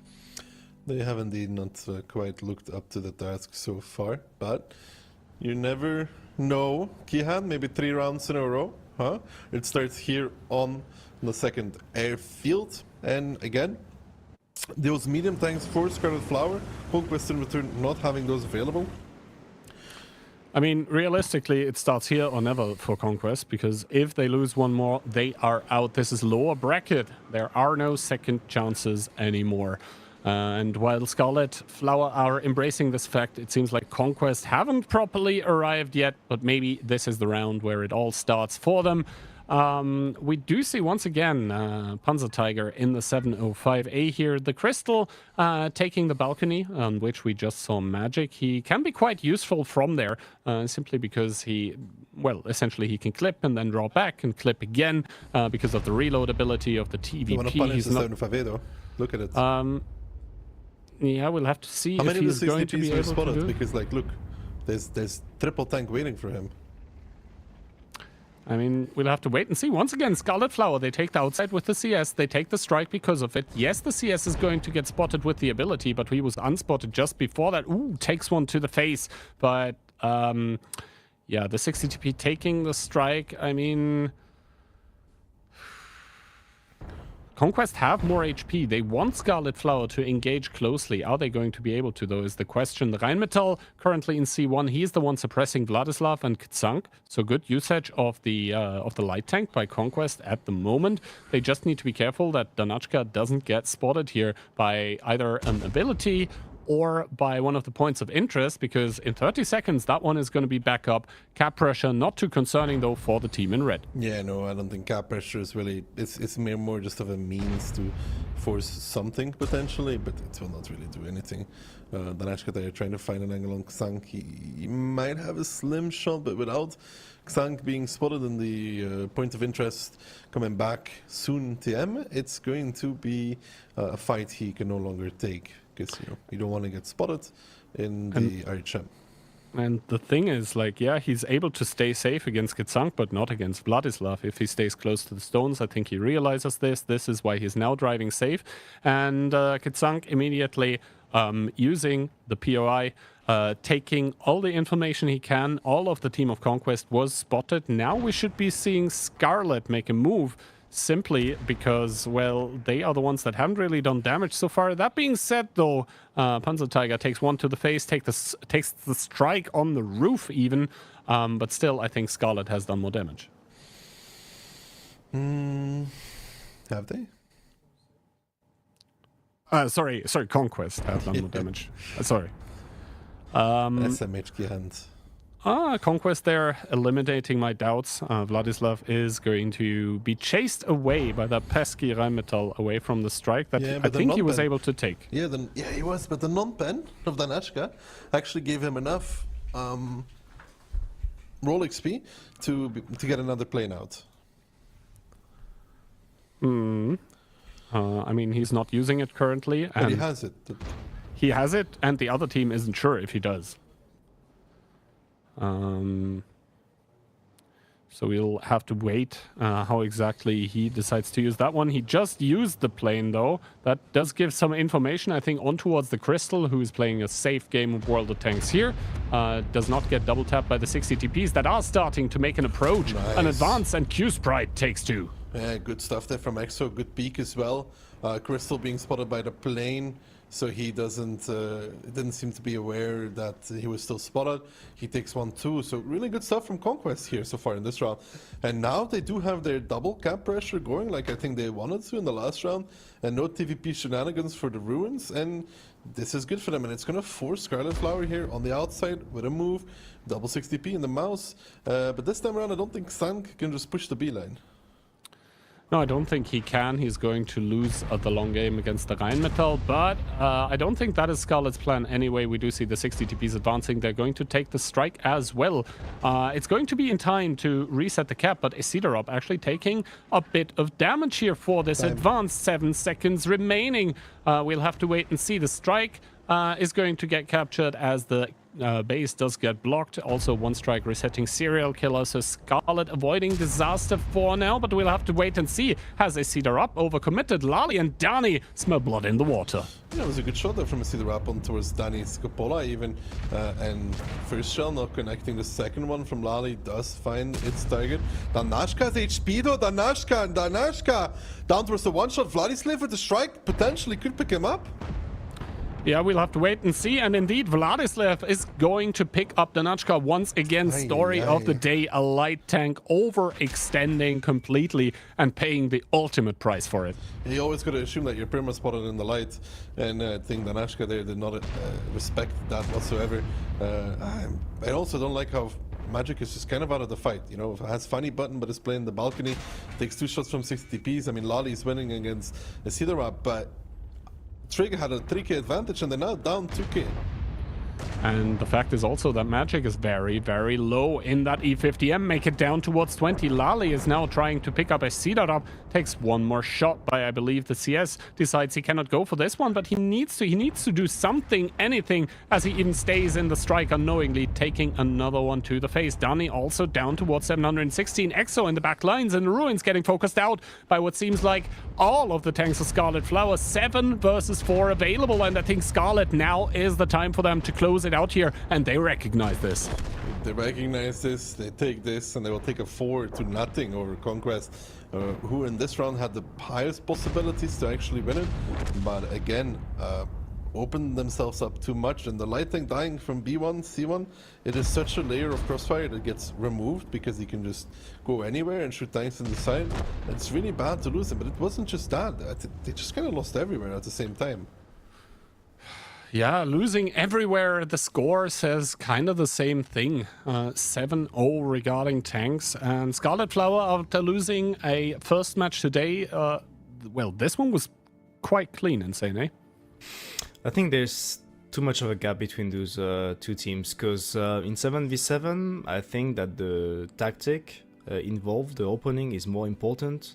In Onslaught, what matters a lot is the reactions, the rotation, the decisions during the round, and also all of those personal plays. You get to see that on that one, the RHM, he got codes. He was not actually expecting it because it's a light sitting in the open, but well, you can still get spotted with all of the abilities available in Onslaught. So all of those mistakes, yes, Conquest, they had a better position, they had the cap going, they were up HP wise, but at the end, Scarlet is just showing that they're just a better team today. Yeah, I agree with that. Like, their reactions are just better, and on an individual level, I feel like they're making less mistakes as well. I mean, Shelby there in the light, just 3.2, doesn't get caught by Nashka. The thing is, though, and what I don't understand, is Danashka's at A1, right? Well, not quite A1, but you get what I mean. But what can spot him? Only abilities. Yeah. So how do you get caught? Like, I don't understand it from that perspective. Disrespecting the abilities, I think, is the only correct answer. But that makes it quite obvious, and I think that's the point you're trying to drive home, that if the only way that you're going to get caught are the abilities, then the correct play is to play against the abilities, which he didn't do.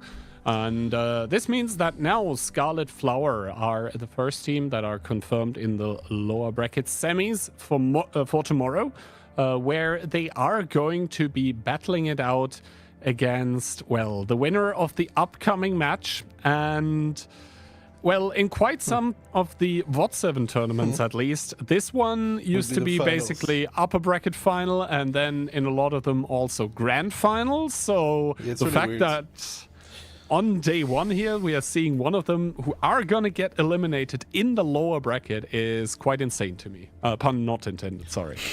Yeah, but the thing is that even whichever one of the two wins this one, it still has a long road to the finals. Like, you play now against Opur and Hit and Run play against each other, but after that it's not like it's going to get a lot easier for them, because Scarlet wasn't a bad team, and then you're playing either Cashback or Mafia.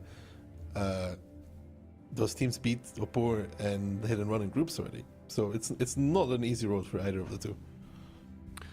All right.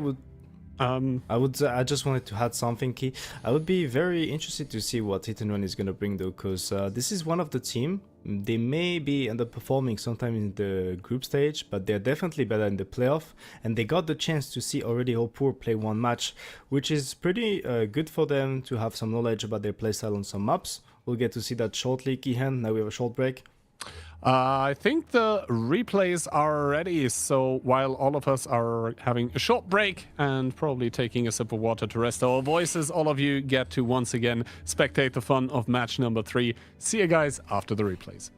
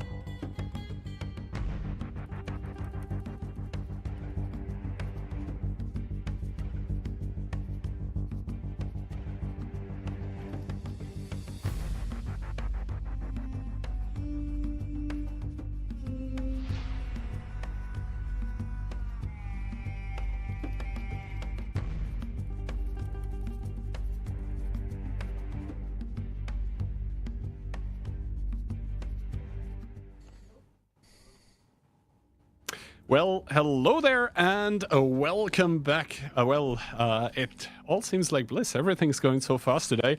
But yeah, welcome back to what is going to be already the last match of the day. It's going to be Opur against Hit and Run. Two teams that before the tournament, I don't think anyone would have expected here. I mean, I expected Hit and Run here after the group stage, but that's that's some insider knowledge there. Yeah, I don't know. Really interesting to see both of these teams in the lower bracket on day one. Maybe if they train against each other, that's part of the issue. And well, they play together in the 15v15 format, so they get to know each other a lot, especially possibly the tactics they're going to be involving today. So we said it's Onslaught is a lot about reactions and making the correct decisions during the game itself.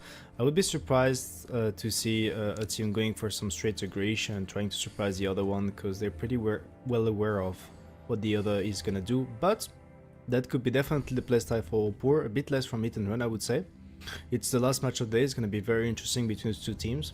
Teams that we tend to see normally in the finals, as we mentioned, as we get to see the map picks. Ensk and Klondike being removed, Glacier being the first one for Opur. What do you guys think about that one? I mean, did we see Opur playing? No, that was Cashback against Scarlet Flower, right? So we haven't seen them on Glacier yet.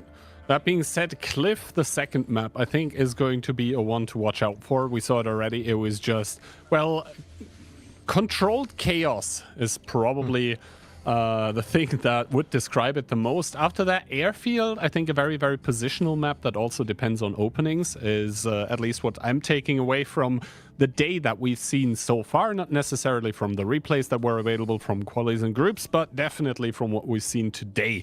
And if it goes to it, Oyster Bay the tiebreaker. So far, the sentiment that I was gathering from the teams was that Oyster Bay was a bit silent, so that leaves me to be a bit interested why they would go for that one. Maybe they got something cooking. Who knows? I mean, you know, if they're going to tiebreaker, then both of those teams, the kettle is probably boiling over at that point. But yeah, we'll have to wait and see what they have been cooking. First of all, though, it's going to get towards the icy reality of the Glacier situation. It's going to be Opur against Hit and Run, a map with very, very few points of interest. First of all, though, lineup-wise, we do see a tank that we haven't seen before, 268v4. Yeah, and 268v4, same ability as Jagdpanzer and E3, which is the defensive one. Minus 5 second reload every time you get shot. You can bounce a V4 quite a lot if it comes down to it. So if you want to shoot him, you have to kill him. Like if it's a brawl, you're either blowing him up, same story as with the Jagdpanzer, or you're kind of just letting him be. Opur, on the other hand, triple 60, triple E50M, RHM, pretty straightforward. Pretty straightforward. Then again, we'll have to wait and see if Opur is going to be able to get those E50Ms to where they need to be.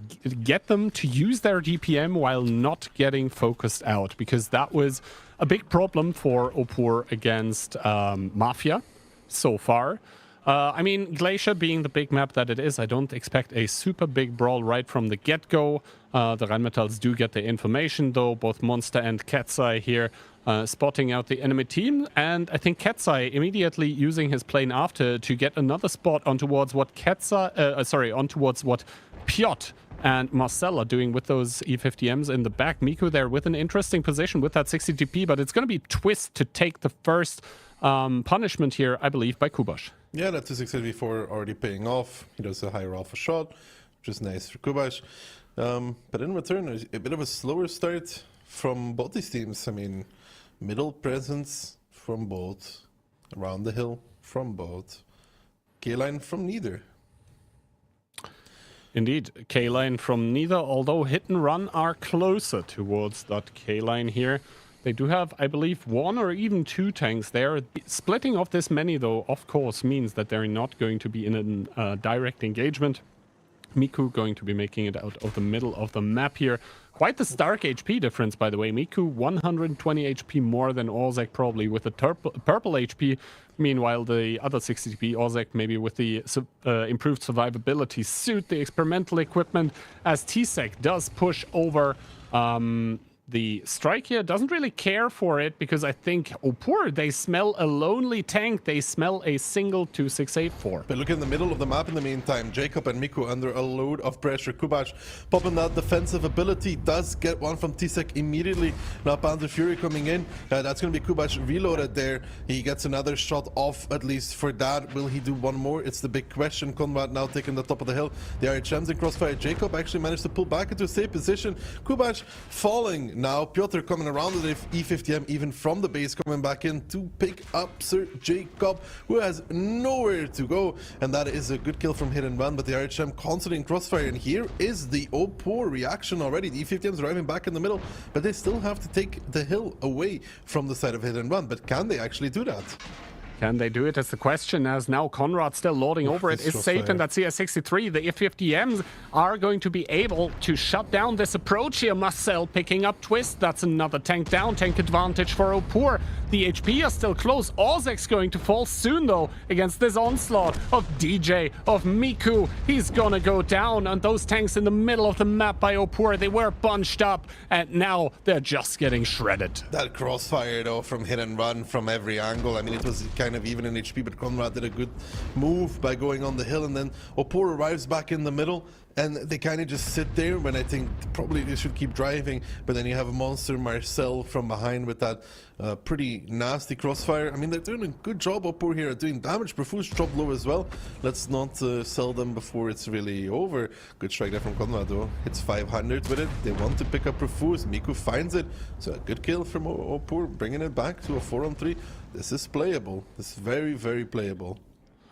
This is very playable, but I think the trump card on the field for Hit and Run is going to be Monster. Meanwhile, Ketsai is going to have a hard time because the plane is actually going to spot him. This means he's going to be perma-spotted for now, doesn't know it. How defensively does Ketsai play it is the question here, as Piotr with a low HP E50M is going to rotate away from those high alpha gun of that 60 TP played by Miku. He can't really afford to go down here. He doesn't really want to let his team down here. Doesn't want the kills to go equal, as Conrad from the upper side able to peek, and now we start Monster coming into full effect with that Rheinmetall, and once again it's one of those Opur 50Ms that's going to get focused out. DJ down toward 330. That's a 50-50 for Monster.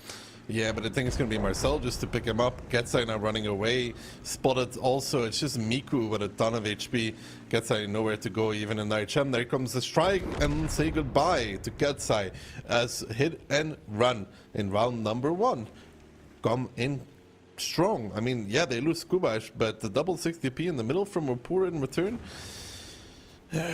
not really in the greatest positions, especially Jacob. And I think Opur then hesitated with their next move. Yeah, and now we do see Miku. He's trying to find Conrad here, who's doing a good game of Ring Around the Rosie. He's not going to get picked up, but even then, Miku still has to do a whole lot. He now has to drive in towards the crossfire that's being posed by the Rheinmetall, the E50M. Piotr is also going to join the cap. This is going to make it 3 tanks in the cap. The time is going to be so ruthless here. 15 seconds remaining for Miku. Yes, he has all the information that he could ever want, but is it going to help? Probably not. 8 seconds remaining. 2 not one shots that are capping here. He's trying to push the wrecks of his fallen comrades out of the way. He's going to get the block on the cap, but he's not going to get the reset. He's not going to get any kills. He does kill the E50M, but that's going to be all she wrote. It's going to be Hit and Run 1, Opur 0 in the lower bracket quarterfinals. Good round there for Hit and Run. I think for Opur, the only way they recover that is to realistically not even go for the hill, actually, insane, and just push over the mid and try and find the brawl immediately. You mean when they went around with the 50Ms? Yeah, after. I think that since they went around with the 50Ms, the mistake was actually to not go for the heal in the mid brawl. Because at the end, there was one tank from Hit and Run there was one tank from the backlines. They had that huge surround and all of those crossfire angles, and that's why, even though this push from Opur was looking not that bad, because it was still an overmatch and Hit and Run still had 2 tanks out of the fight, all of those crossfire angles, that made a difference. And then you could see, well, it was still close at the end. They were almost even on HP. They were basically wanting down. The RHM was alive, and he could just go around, make the game on his own. Monster with the RHM. So, I mean, good stuff by the side of Hit and Run, and Opur, well, they're gonna have to get better for the next round. Yeah, and once again here for Opur, we see Twist in the 50M at the bottom of the scoreboard. The only tank that really properly had an impact was that 60 TP. I mean, yeah, good damage by Ketsai as well in that Rheinmetall, but then again, it's only a Rheinmetall. And on the other side, we do see that the 268B4 actually did pay off, I would say. 4-4-4. He wasted the time of like 3 to 4 opponents as well. So you could say an okay... I mean, you still lose the tank, but at the end of the day, it was an okay trade. And I think for Opur, the issue once again is that they are not getting their damage dealer, their DPM tanks, to stay in the fight for long enough. It's... a bit of an issue there. Maybe slightly too much going around the hill. Maybe if Jacob could take a better position, things could have been different. But it is what it is now. Opur coming into another match, not looking amazing. However, let's not sell them too early. It was the first round. Let's see what they can do in round number 2. I mean, interestingly enough, every single one of us going with a 4-2 for Hit and Run. Not giving a lot of credit to the fact that Hit and Run only became third in their groups, but then again, you said that the groups maybe were not completely even. All of that doesn't matter anymore. What matters is the here and the now. And in the here and now, Hit and Run just had 2 268B4s. I was about to get excited. Well, not so much anymore. Yeah, they switched. Again, though, 40-50 M's for Opur. Another of those engaging lineups that they need to find a fight with. Hit and Run again with that V4. This time played by Piotr. I think for Opur, they just need to find a good fight. And the reason why I valid Hit and Run a little bit more, Kihan, is because they took Mafia to a 4-3 in the groups. Where, I mean, Opur wasn't quite that, convincing. Yeah, now we'll have to wait and see both teams with the Rheinmetall. Monster missing the spot on towards Ketsai, but I think they are just going to go with the assumption of it being an RHM. Other than that, both teams not really sending like everyone towards middle or something like that. Instead, we are seeing E50M of DJ and T-Sec going towards the strike, but Conrad with the CS taking some damage here for taking the aircraft carrier in random onslaught. That actually turns out to work quite well, at least in, gold where I was driving around. Not sure if it's the best kind of play in 7v7. Not the best, but Conrad taking the hill for such little damage is amazing, though. How do you, if you're a Porky, what do you do now? It's really bad. It's really, really bad. Well, Opur trying to react by sending the Rheinmetall on towards to help the E50M. That's already outspotted in the K56 position. You think you can push Piotr? I mean, that's really what Hit and Run want, right? For Piotr to get pushed upon. Yeah. So the question is not, can you push Piotr, especially since there's an E50M behind it. The question is more, do you want to push Piotr? I would say no. Ooh, Kubash is going to get caught by that plane here. He's going to be spotted out. Probably not even going to be realizing that it was a plane. Oh, he does take 2 shots, but no damage, actually. He's going to start pushing. Twist is going to get 1 shot in. How many is he going to be taking from the sidelines? Answer is not a lot as of now. Both of them not with the funny button yet. No, they're just charging up their ability, trading even.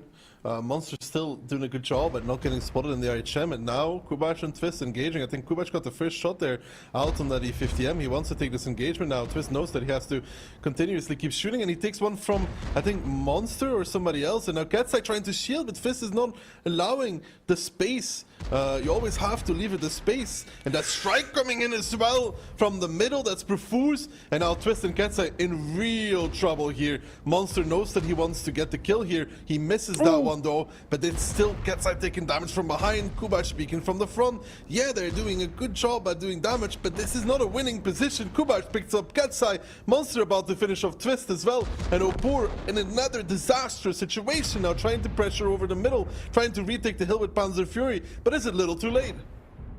Yeah, DJ going to be joining as well, but Miku and Jacob, they're going to be stranded in that lowest side here. Panzer Fury taking a truck ton of damage in that E50M for trying to take the hill. The CS there is probably not going to survive against an E50M that has currently the ability charged up, is going to be shooting out. DJ should be picking up Conrad as Panzer Fury bites the dust. Conrad immediately following him to the grave, but Miku with 62 HP, that's an HE one shot, and Piotr should be winning against the E50M of, I believe that is DJ here, over 3k HP on an E50M, but he's not going to be winning with that one, especially since Ozek is joining the fray. Yeah, but Tisek will do one more shot and then Piotr's reloaded. Look, he's reloaded now.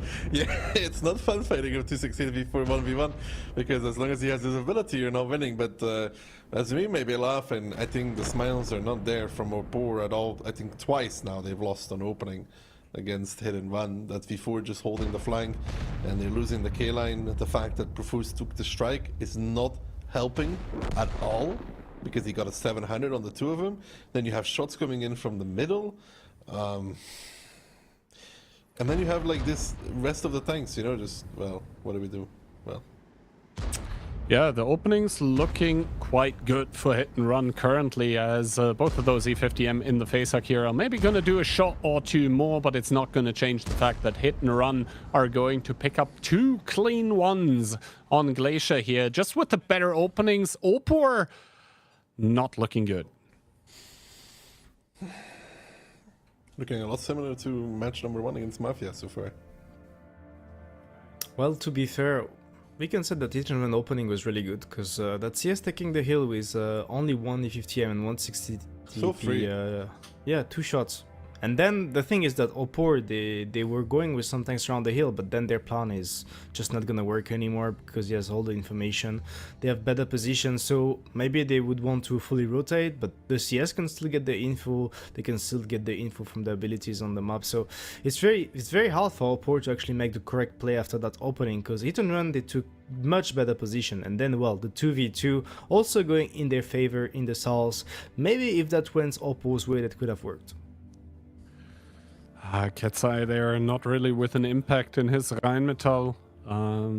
Doesn't look very, very good. Also T-Sec there with the E50M blocking the Rheinmetall. It looked like they were able to hold, but as soon as Monster came in with that Rheinmetall as well, yeah, everything just started falling apart, because what happens after you lose this 2v2 so decisively? Well, you need to make a push on towards the hill. Otherwise, you just get completely outmaneuvered. Map control gets taken by the enemy team, and you just completely and entirely lose. They tried to make a play as soon as they recognized that they needed to make one, but I do tend to side with Daki here that it was 2 times lost basically on opening for Hit and Run on Glacier. For Opur, it was lost on opening, but yeah. Sorry, yeah. Opur would have liked it if Hit and Run lost on opening, but yeah. Yeah. Hit and Run seems to have a good read, and they usually have pretty decent reads against Opur. Well, once again, map pick from for Hit and Run, Cliff, Opur, going 0-2 on their own map pick just against Mafia. I mean, Cliff is not quite as much as an opening map anymore. It's a reaction map. We saw that already for like Trick. So if Opur can react quickly, there's some potential here. In the end, I mean, nothing is over yet for either team, but I think it is just about time for Opur to really step it up a notch. Glacier, Hit and Run just looked like the overall better team. But, sorry, what? Can you tell me which 2 teams pre-qualified? The 2 ones we are watching currently, Opur and Hit and Run. It's kind of funny. A little bit. I mean, It is definitely an interesting fact. It might all end here on Cliff. It will not end in this round, though. Hit and Run currently up 2-0.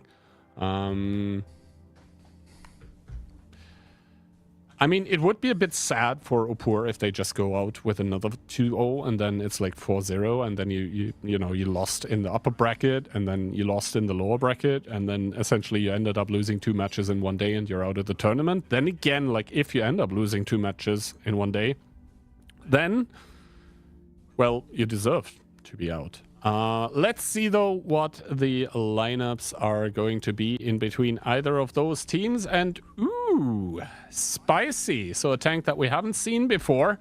Hit and Run, bringing the Foch B and the ability that some would call the Turbo Sponge.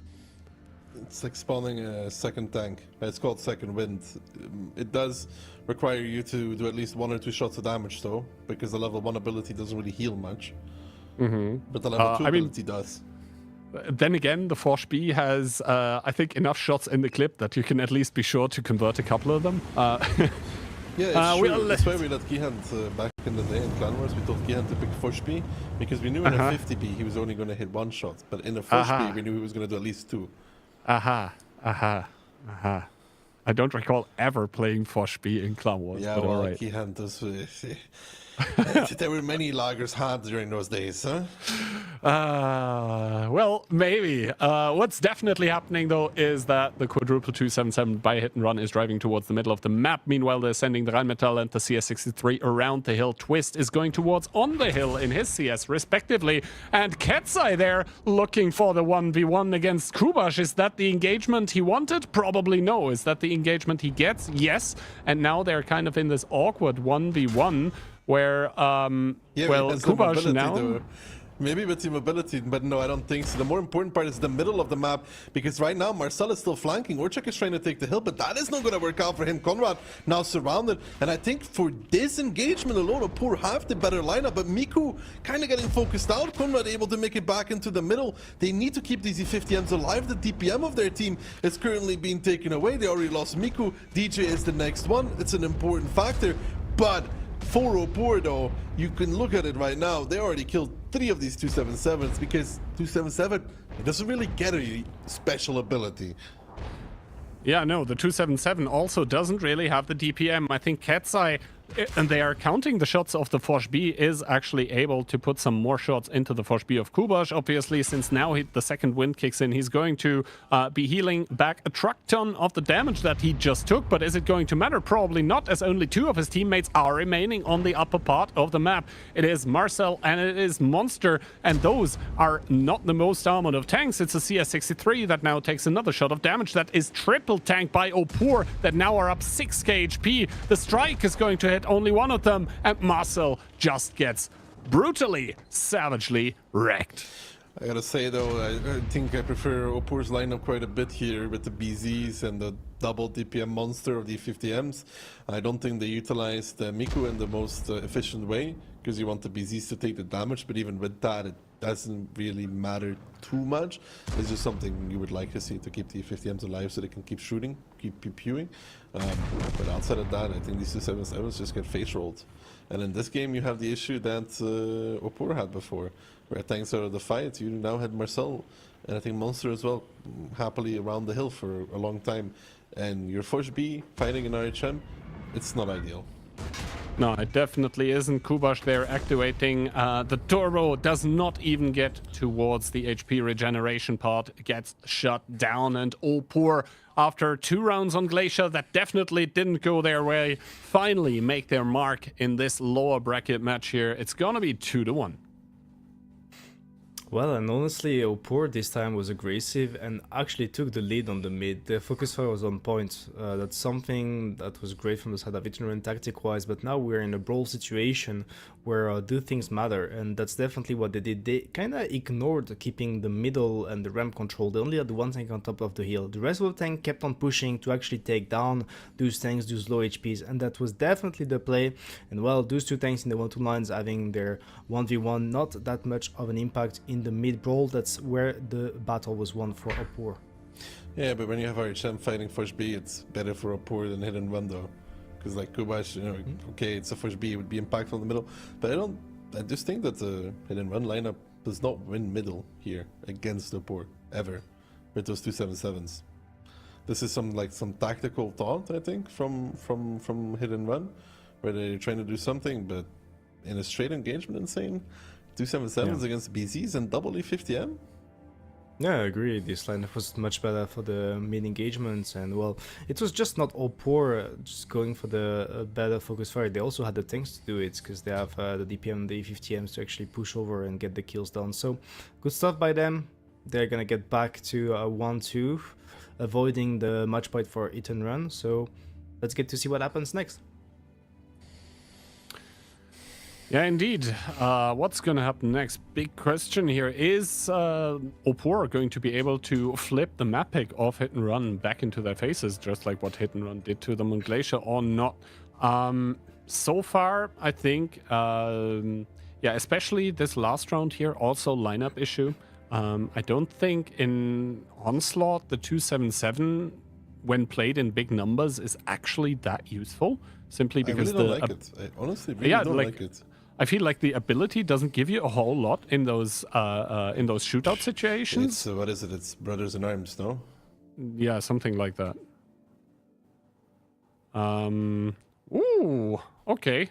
Quite some interesting tanks, but we see that they are being changed here for hit and run. So 2 players wanting to play the UDAS 15-16. Only one of them is going to do it. It's going to be the Inspire for the whole team once again. Then Kubash with the Force B. And on the other side, what do we have? An IS-7, actually.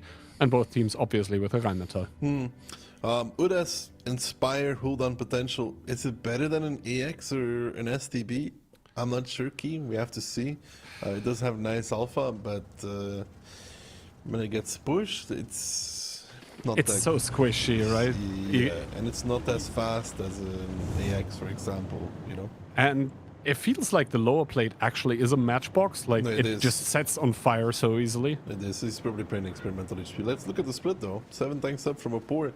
A 3-tank split towards 1-2 by hit and run, with 4 tanks going towards the middle. And the UDAS 15-16 is going to be playing at A5. Ooh, okay. I mean, it does get improved accuracy, right, because of the mode, but this is an issue. This is a real issue. I mean, Cat's Eye is going to make it up the hill No, the for 1-2 free. But yeah, the 1-2 repush actually a problem here for the team of hit and run. The Fosh B is going to make it away though, and he's going to be able to give a full clip if he needs to. DJ also taking some shots here, so hit and run here with the no U currently in the 1-2 line, but in the middle it seems like they're taking a ton of damage for free. Yeah, but now they're just going to repush back across. The first B is now coming back in together with the 277. Twist is the first one crossing. Jacob took the strike. Hopefully that was not a bit too much of an overcommit to take that one. Now Piotr driving down the middle. He's getting chased down by DJ. Another Ignite coming out from Monster as well, but Piotr just driving down the middle. I don't know what this is supposed to be in the BZ. Potentially press this button by accident, because now the UDAS came back as well. But look at the swarm of Opur tanks is going down the middle on towards Conrad. Orchek is a nuisance though. That BZ on the top of the hill might add something with Monster behind, but they're going to have a lot of work cut out from them, because the UDAS, you talked about squishy, it's going to explode. Yeah, he does get indeed squished to death here, and now Opur with 7 tanks on the field remaining with 5,000 HP more against the 4 remaining tanks of hit and run. Yes, they do still have Ozek on the hill, but what does it realistically give to them? Not a whole lot. Finally, the first tank on the Opur lineup does fall here, but now in comes the repush towards the donut area, and Profuse, yes, he has well, the ability pop, but does it really help him a whole lot when this many tanks are approaching? Well, probably not. The Fosh B is going to add a whole lot of firepower, but not for long. 10 seconds is all that it takes to spend the entirety of the Fosh B clip, and it seems to be out already. Yeah, he's still clipping, he's still fighting. He's like, you want a piece of me? You want a piece of me? I'll give you a piece of me. And then he dies because his ability runs out. So now he's just going to explode in the Fosh B, because they're all getting a piece of him after all. I mean, Cat's Eye is dying on the hill, but again, man, where the tactics for hit and run were so good in round number 1 and 2. I think we talked about how Cliff is a reactionary map. Comes down to quick reactions and brawls, they're playing some set pieces, and I'm gonna be honest, they suck. Yeah, currently nothing really going well for Hit and Run. Not a whole lot of things going together, as another strike does hit Orzek on the hill, who also loses the loader in the process. Now Monster is going to pick up another strike in his RHM, but you know, with Orzek down towards 532, with the cap being pressured by the side of Opur, and all things considered, I think the victor of this round is going to be fairly clear to everyone. It's going to be Opur equalizing the scoreline on Hit and Run's map pick. It's going to be 2-2. Yeah, it's going to be 2-2. Deservedly so. I mean, Hit and Run looking really good on first map, where they got to exploit better tactics. But round 2, I mean, Monster just farming some damage to lose less points, you know what I mean? He's going for the -8. Yeah, -8.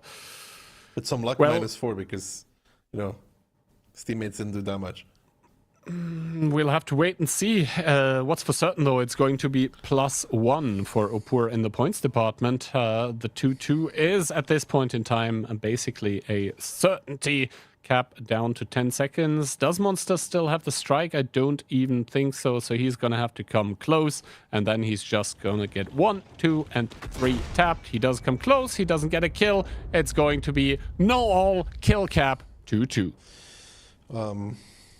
Looked really cool. I mean, Fush B, Udas, good picks. Add a lot when you get beaten by a simple 1-2 repush, which then repushes back into the middle.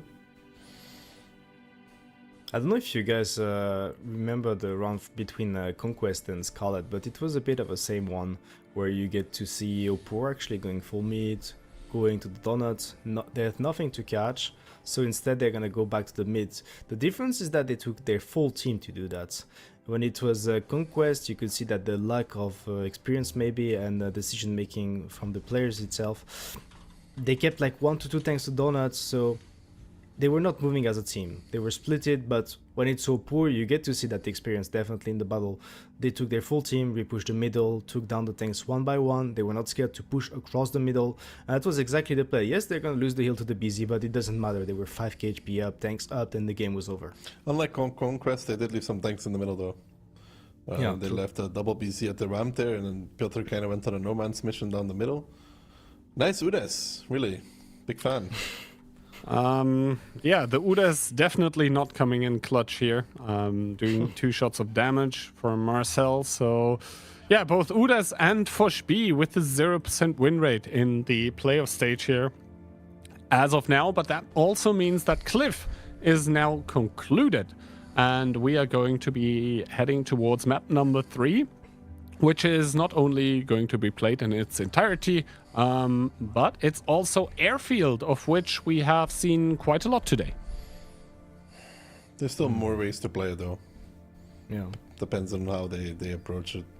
We saw rather slow approaches from the last 2 teams altogether. I'm just a bit disappointed by Hit and Run, because it looked like they were trying to do some really fancy stuff.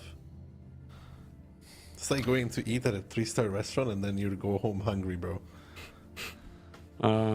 Yeah, definitely feels like they should have chosen the kebab one here. True, dude. You don't go home hungry that way.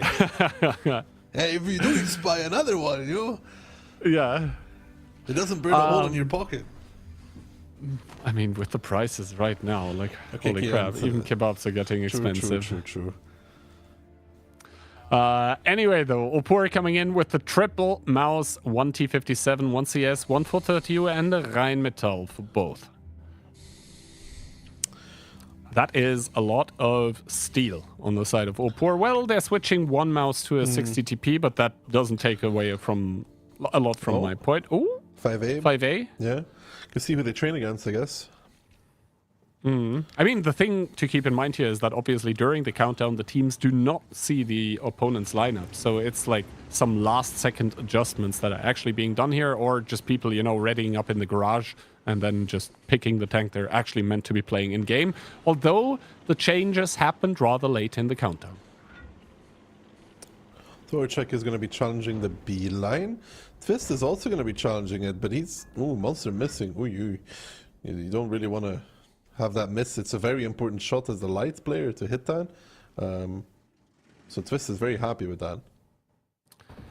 Yeah, it does mean that the options are still open towards Orzek to do plays on towards Twist, but he needs to be a bit more careful with that. Marcel there taking the first shot of damage in the game in his 5A is going to make it up on towards the balcony though.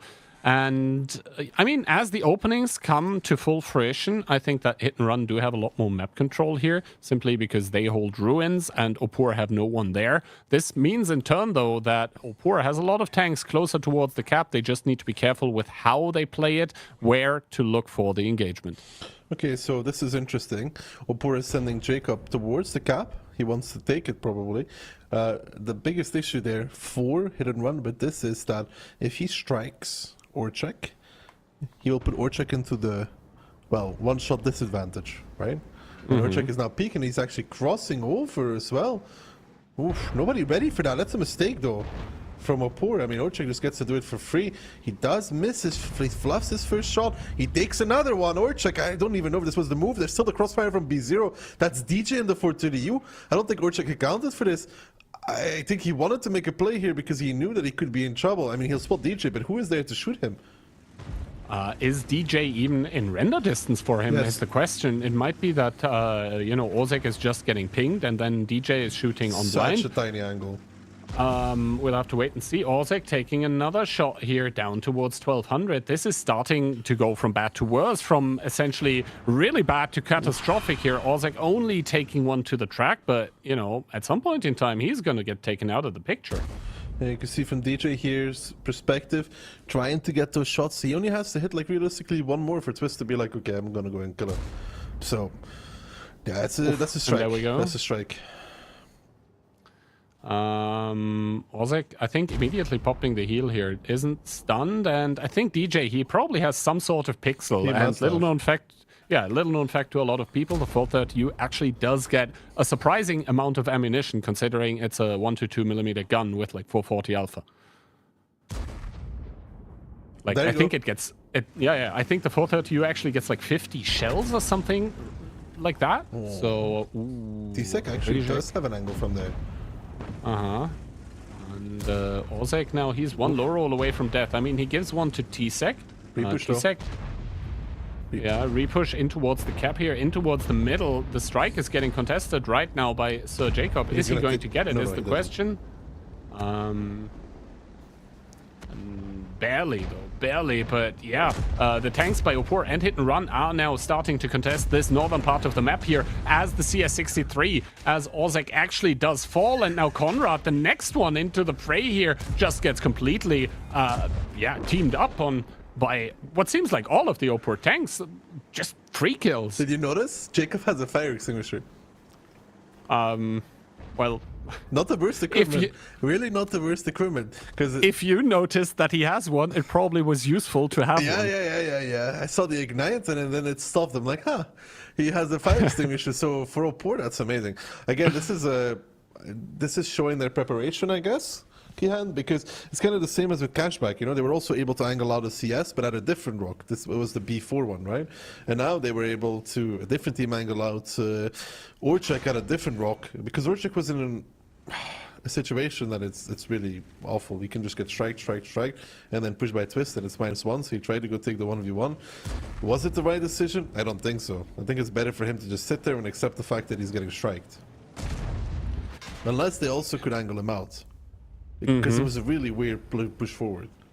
Ooh, I like this play by DJ now. He's going to take some options away from Hit and Run. He's going to create additional angles on the cap. Just needs to be careful with the Rheinmetall Panzerwagen. But then again, if the Rheinmetall comes too close, he just pops the funny button and goes for it. That being said, though, cap kind of close, but we see the strike is available.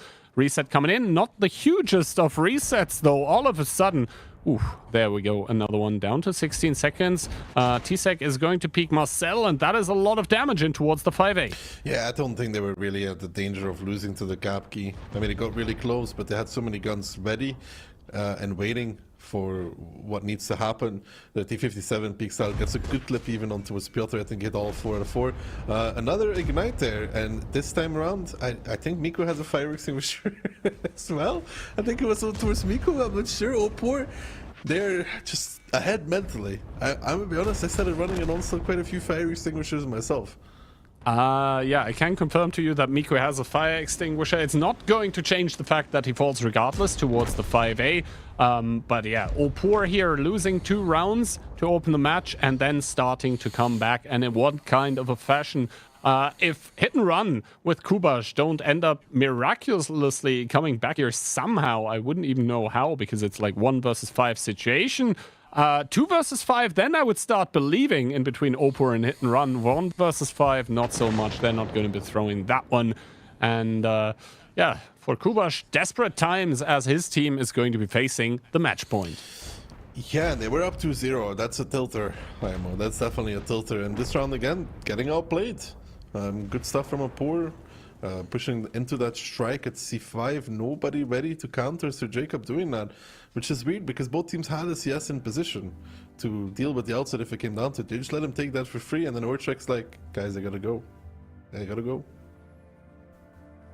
Yeah, definitely. I mean, the fact that they could catch Allsage that easily without bleeding at all, it kind of forced Hit and Run to go for a play, to go for a push, but, well, Opur, we're reminded, it's Onslaught and counter.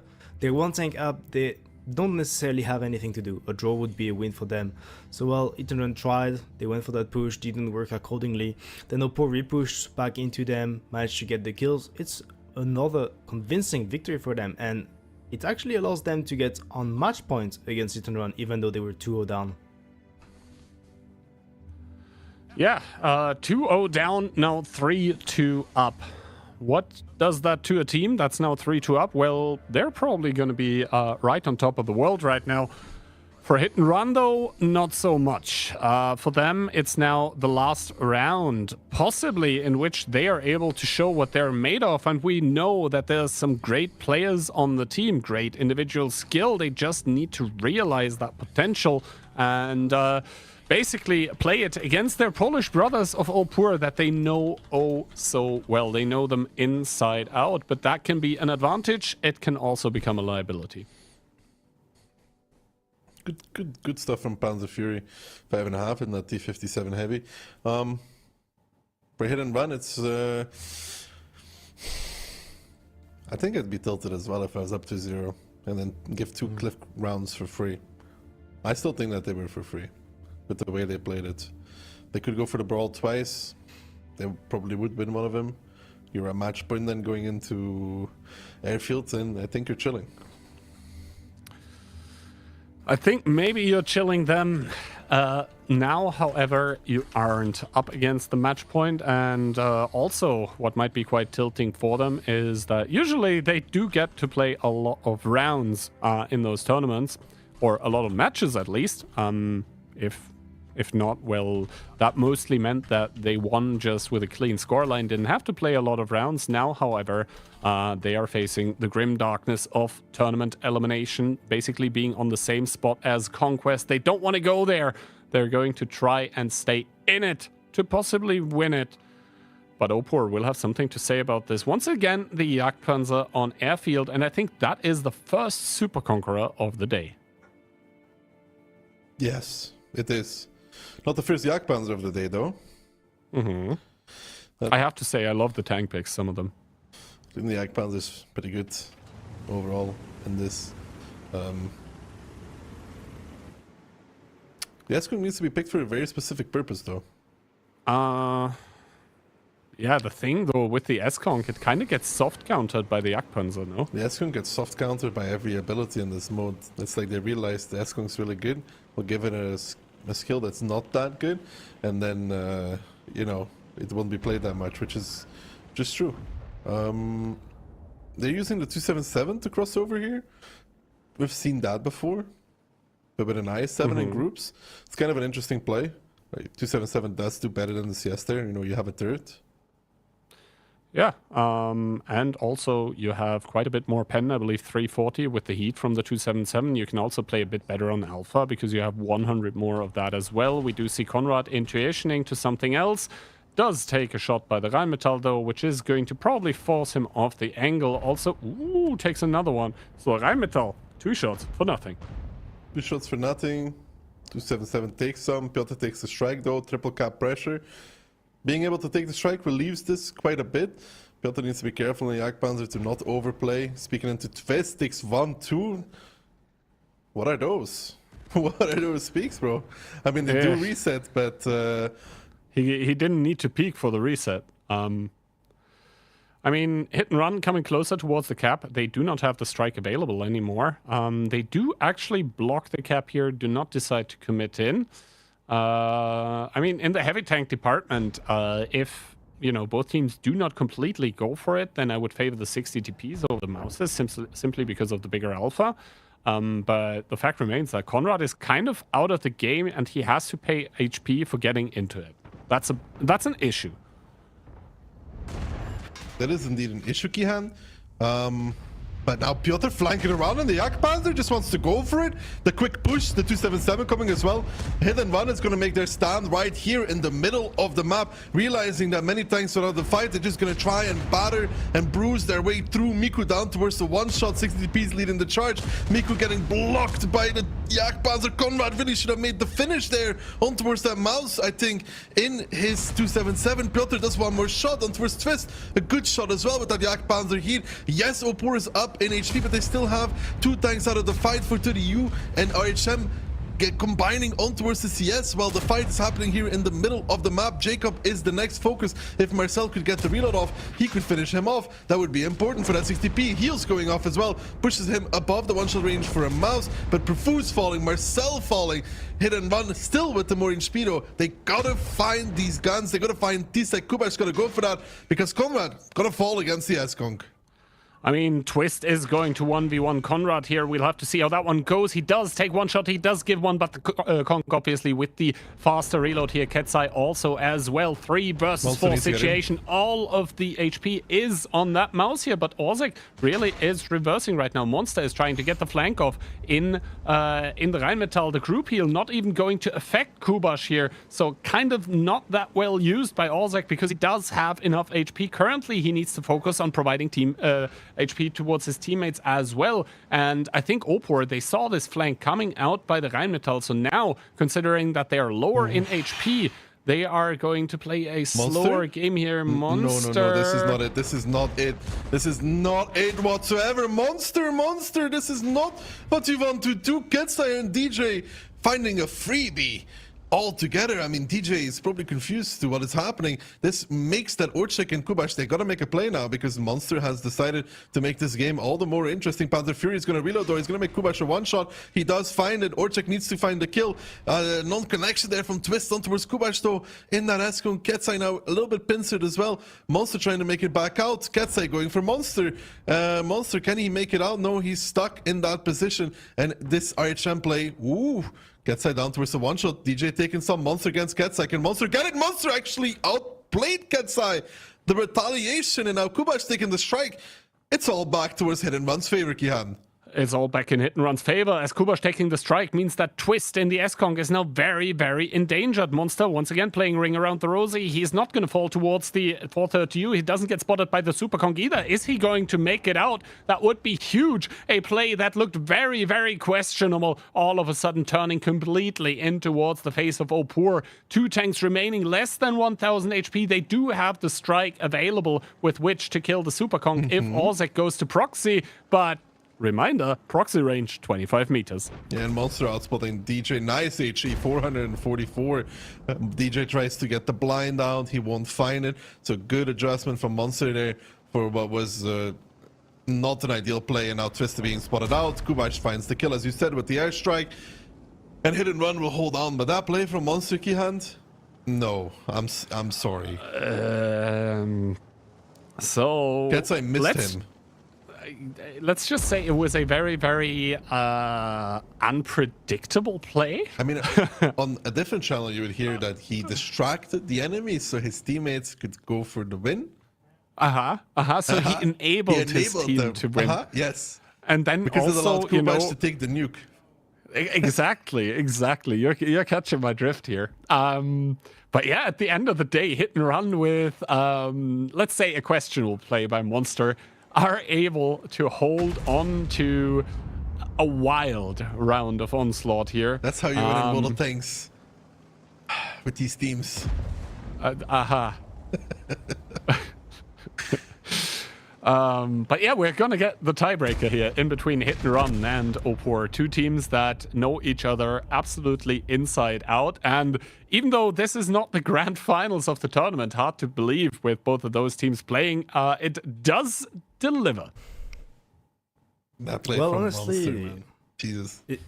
It could have gone either way between those two teams when you think back about the initial brawl with Piotr going around with his Yak Panda. And well, yeah, at the end, Monster going with his RHM all the way around, we felt like it was a losing move for his team. At the end of the day, he's gonna find a position where he's gonna get the kill on Ketsai. Probably a mistake, a misplay for him to not actually get the kill himself. Was that a miss? Was that like some lack of attention? Because I didn't see him shoot at all. Not entirely sure about that one as well. First of all, though, let's head in towards the damage numbers being dealt so we can see how much Piotr actually did do, because I felt like he was maybe overextending a little in the Jagdpanzer, but maybe he will prove me wrong. And, well, I guess he does. Yeah, well, 5k. his initial peak was bad, but afterwards, swinging around them was pretty good. And I mean, the Conquest did 5k as well. Mm-hmm. And Monster 4k. Yeah, Is but the that play light. wasn't it, man. Like, I think Getza was a bit slow as well Yeah. in moving towards the south side of the map. So Monster kind of caught him in the open. He peeked. Getza missed. Monster shot him actually first, and then he re-peeked and killed him. Realistically, it shouldn't happen. And if they kill the RHM, the game is over. Definitely. No matter the HP difference, they will just find Kubash from angles, kill him, and it's over. all right, now obviously the time in between the rounds is going to go up a little bit, simply because now we have the tiebreaker situation that we didn't have before. And the tiebreaker, well, first of all, it's going to happen on Oyster Bay. And second of all, I'm being informed that Oyster Bay tiebreaker comes from the fastest win on Cliff. That means Opur picks the side. Aye. I guess they're picking North. Yeah, I would go for North too. We'll have to wait and see how that one goes. But yeah, obviously the special battle still needs to be created then. And as I see, it just did actually pop up. So yeah, we are going to know in 4 minutes and 50 seconds, which is exactly when the special battle starts, who is going to be the victor here. But so far, what are both of your opinions about Onslaught in the tournament format? Well, honestly, I was pretty unsure about it, and I'm gonna separate two things. From a player's POV, if I had to play a tournament, I would definitely prefer to play the good old 7v7, because I think that there is probably much bigger strategy depth, but this format is pretty dynamic. It's pretty cool to watch. I think it's cool for the viewership. There's also the connection to the mod we have in game, so that's not a bad try to have such a tournament, I think, covered. On top of it, we could expect the games to go all the way to a draw, because there's a team, well, whenever they take the advantage, they don't need to necessarily do anything anymore, but we had that happen only one time. Only one game going all the way to 10 minutes. So I think on most maps it's pretty hard to play for the... You're right. Like, okay, the maps is so big, so you cannot just cover everything. Yeah. We've done more damage, let's go back. I think on most of the maps that doesn't work. Maybe Klondike, maybe Oyster Bay, but even then, if you go really far back, I think you open yourself up to actually die. It's better to make your own moves. There's very few maps where that is possible. I think the rounds are a bit faster, no? I feel like we're like it's early. Definitely. I think the time in between the rounds is also quite a bit shorter right now, because currently it's actually 2 minutes. That's the time set between the games. Maybe tomorrow we'll go to 3, because sometimes it felt like we didn't have enough time between the rounds, but 2 minutes 30, a happy middle ground. So I can tell you the way that it works is currently we can only set full minutes. So it's 2 or 3. Nice. But yeah, overall, I'm also quite happy because my biggest fear going into this was basically that we would see a lot of stationary stuff going on, which, to be honest, has not come true at all. There's not many stationary maps. We haven't seen Klondike yet. That can be a stationary map when we get to it. That could be one of the longer maps, because if one team goes south and the other team goes north, it will be pretty slow in general. But the rest of them, even Airfield is not that slow. Outpost was super fast. Outpost, I mean, then again, we had the only 10-minute round on Outpost, right? Yeah, but there's those 1v1 situations where you actually have to think about who did more damage is not going to be happening often. I'd compare we had many teams, they even had the lead in terms of kills or HP, and they still went for the aggression, still went for some plays, some picks, and won the round. So I don't think the teams are much playing into this. They you gotta be careful, want to have control, but yeah. Like a 3,000 HP lead and a kill lead in the modes with abilities can swing in your favor rather quickly. Yeah, of course, yeah. I mean, we saw, like, I don't know, was it Conquest had 2-3k leads on Cliff, for example, like positions, and then every 430U activates. They had on Airfield. On Airfield too, everybody activates their abilities. A funny button on Cliff. On Airfield, they made a little bit of a play, and 2-3k HP disappears in 10 seconds on Cliff against 430Us. I mean, it is 10 seconds. They reload twice in that time.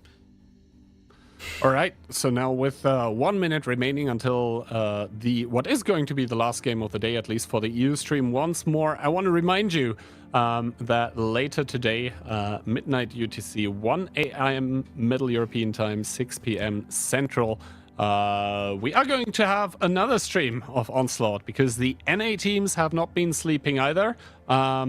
Together with some of the EU Legionnaires in them that are going to be staying up late, but there is going to be a second stream as well. First of all, though, let's head into the final round in between Hit and Run and Opur, and I don't even recall the last time, the last day, the last instance of where we had to say goodbye to one of those teams on day one. You would have to ask Synapse. He's the historian, you know? Mm-hmm. He keeps the books. Yeah, he keeps track of old people like you. Oof. Well, I can. Okay, dude. We're gonna. Okay. Why? Okay. Well, you're gonna get there at some point eventually. Yeah, but by then you're almost 40. What do you mean? It just doesn't get better, you know. If it's a race that you cannot win. I mean, you're getting to the end quicker normally. You're just never gonna catch me, is how I see it. Thank God. All right, Hit and Run against Opur in the lower bracket. It is the tiebreaker round in between both of them. That means do or die. Once again, Ketzai bringing the T100 instead of the Rheinmetall. We do have the 2684 played by DJ. Other than that, pretty normal lineups. Pretty heavy on the IS-7 side, though. And never mind that 2684. T100, personal preference, I guess. Yeah, or maybe there is just one spot on the map where the T100 can simply stay safe, where a Rheinmetall would get spotted, or would, other bad things might happen to it. So I guess that's why he's picking it. Maybe he knows something we don't. It is a possibility always. And, not that good of a spotting plane by Ketzai. Not only missing the enemy light tank, but also the CS of Piotr. So only information about 5 tanks here for the side of Opur. Meanwhile, Monster only missing Ketzai. Yeah, maybe a bit too much pressure on him. Leading and planing is usually not the greatest combination. You want to give that over to a different player. But you can see Hit and Run, very A to D line focus. Not even leaving the I7 and E4 like we saw Cashback to, just completely over the AB line, pressuring up with all of their tanks already. Now joining with Orjek, joining with Monster, but they're driving into Opur's entire lineup. Yeah, I mean, E50M from Opur currently out of the game. That's DJ, so that's a bit of DPM missing, but he has some open ground to cover until he basically can come there. Ketzai now taking the strike with the T100. That means he's going to be able to contribute. And the tanks by Hit and Run, they're going to have to bunch up for this push here if they actually want to do it. Currently, they do have the cap under control. They do have one of the strikes under control. However, Opur, they have basically the entire rest of the map, and they have enough tanks here to receive. Yeah, but it's not a push, it's a cap. That's what it looks like so far, or at least an attempt to cap. But that attempt to cap, Profuse with the fire extinguisher, saving his life yet again. But now here comes Opur. They're driving into what should be a big strike for the side of Hit and Run. That's a really, really big strike. 4 of them getting caught. Profuse shielding Marcel, losing the first gun there for the side of Hit and Run. It was the best he is going to be able to do in that 277. So in that regard, it's a good play. But now they need to actually find somebody in return. Like find a pick, find a kill, find something. I mean, yeah, find anything at this point is going to be the name of the game for Hit and Run, who are currently still on more HP, though. T-Sec getting focused out on the airfield of Oyster Bay.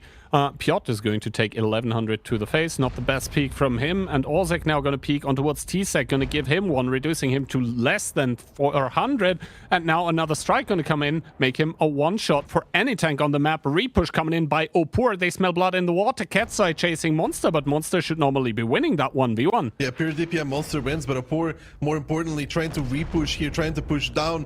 Kubash and Marcel are the focus. T-Sec still alive on that one-shot with HP. Panzer Fury now pulling back, pulling further away, trying to stay alive. Marcel with a good shot on the side. That E50M just bailing and bailing, but he's going to bail into the grave as Orchek will need to finish. That's a big alpha shot wasted on that. It's a 5v6 right now with Marcel being rather low. Kubash doing a good job at body blocking, but he has Jacob from behind, and now DJ though, left to his own devices, needs to finish. Marcel, can he find a kill? He can, but that is going to be the last thing he does. Just disappears, just blows up in a second. But Cat'seye against Monster. Monster is winning that. That is always going to be the thing about the RHM. It wins the DPM fight. Jacob body blocking, the strike coming out as well. But it's going to be Monster to win this, and it's going to be Hit and Run in the better situation now. Hit and Run definitely in the better situation. 4 versus 3 tanks here. T-Sec only on one shot is trying to engage Piotr, who is on the same amount of HP roughly. So Jacob now does have all the HP for his team. Does take one to the face, still not a one-shot. Both of the tanks by Opur here in this engagement. Actually a 2-shot, the same can be said for the tanks by Hit and Run. Orzek, the first one to get double tapped, 1-2. He's gonna be down to the grave. Good shot by Conrad, but now the reloads should be favoring the tanks by Opur, who see their opportunity, their window, their timing on towards Conrad. We'll have to wait and see if the RHM from the backlines is able to pick up one of the one-shots. He is able to, so 2v2 as Piotr comes in here into a situation that he probably did not want to go into. Yeah, and Monster, if he hits Jacob, he'll be a one-shot to the strike, 333. And now Monster just needs to play it safe, needs to just go for the airstrike or just kill him flat out. 320, 13 HP remaining on Jacob, and Jacob knows the nuke is being taken. T-minus 10 seconds before that. Jacob has nothing to say against this. The fact that Cat'seye lost the 1v1 pure DPM, the RHM just proven to be the better light, and now Jacob knows that his end is near, tries to dodge, tries to get away from it, but I think he realizes that it is gonna be Hit and Run to finish it up in the tiebreaker. And what a fitting ending. The strike does end the match here. 4-3 for Hit and Run. Opur is going to get beaten in the upper bracket, is going to get beaten in the lower bracket, and Hit and Run do stay alive. The team captain securing the win. Yeah, things could have gone differently there for Opur, but they didn't. And Cat'seye picking the T100, personal preference, very cool, but they just lose DPM fights. Yeah, and what a crazy tiebreaker between those two teams. I mean, it was one of the closest rounds between the two. At the end of the day, Monster in the 1v1 situation, getting the win for his team. So, Kian, like you mentioned, Opur is out of the tournament, and that's something we are not used to because they are out on day one as we get to see the battle results. A lot of damage made by Sir Jacob, almost 7k. And biggest questions here, like I think T-Sec put himself in a bad situation, which kind of enabled them to recover from losing Profuse, right? But then I also wonder, like, how is Fist, who lived much longer than T-Sec, then only able to do 2 shots of damage? I mean, T-Sec does 2.5k still, 2.4 for dying, but Twist does 2. And the E50Ms for Opur also put himself in a bad situation on this repush. they never got to do what they were meant to do. DPM, they just kind of exploded. Yeah. I mean, at the end of the day, honestly, a set of 4 matches that leaves me very, very curious as to what's going to happen tomorrow, because the big names that, so far dominated the space of, 7v7 competitive, well, one of them's out, and the other one is facing Scarlet Flower, who beat the first one in the upper bracket. In the group stage, I believe. So... yeah, we'll have to wait and see. This means that tomorrow we are going to have 2 matches that are already going to be pre-decided. It's Cashback and Mafia who are going to be fighting for the first spot in the grand final. And the loser of that one is going to get relegated down against the winner of Scarlet, Flower, and Hit and Run, who both still have a long way to go. Yeah, it's still 2 matches in the lower brackets before you get to the grand finals, and Mafia or Cashback is not going to be an easy opponent for either of those 2 at all. But you can grow in the tournament. It's possible. But for now, I think tomorrow will tell us a lot how Cashback and Mafia match up against each other. And then whoever of the 2 wins, I think, will be the overall favorite nonetheless, no matter who they face from the lower bracket. Yeah, definitely. 4 teams left in this tournament. We'll get to see who's gonna take the victory tomorrow. Just like Ian mentioned earlier, we also have an NA stream that is scheduled for the NA tournament. It's happening at 0 UTC 1 AM for the EU viewers, so 6 hours later for the NA East Coast, if I'm not mistaken. I mean, guys, what do you think about that first day? We had some pretty dynamic battles, very fast one, fast pace, a lot of brawls. I think that's something that can fit to the viewers, that they can enjoy watching, especially with the connection to Onslaught overall. I think the fact that the games were fast overall on almost every single map is a benefit. And I think a lot of, I mean, not entirely, but a lot of connection can be made between Onslaught and this. Not a global strategy, because these teams are, of course, much better than your 7 random people together. It's just the way it is. But positions, even in voice chat. Yeah, but positions that are used translate though. There's a lot of positions that these guys use that are used in regular Onslaught. The tanks are almost identical. I mean, yeah, the only difference there being that, in this player stage of the tournament, people have the tournament accounts, but even they need to use their normal accounts during qualifications, during group stage, etc. But, gentlemen, I think that concludes a very, very interesting day 1 of the EU part of the Onslaught Legends Cup. Both of you, thank you already very much for casting and analyzing with me. I think for today, that's going to be quite enough from the 3 of us. Still feels weird to say this somehow. And so yeah, we're going to be leaving you with the most awesome moments of the match that you just saw. And either we'll see you later for the NA stream, or not us, because it's going to be other people casting, but we might see you later on the stream. It'll have different drops. So if you manage to claim the EU ones, there are NA ones waiting for you. And yes, they even work for the EU server.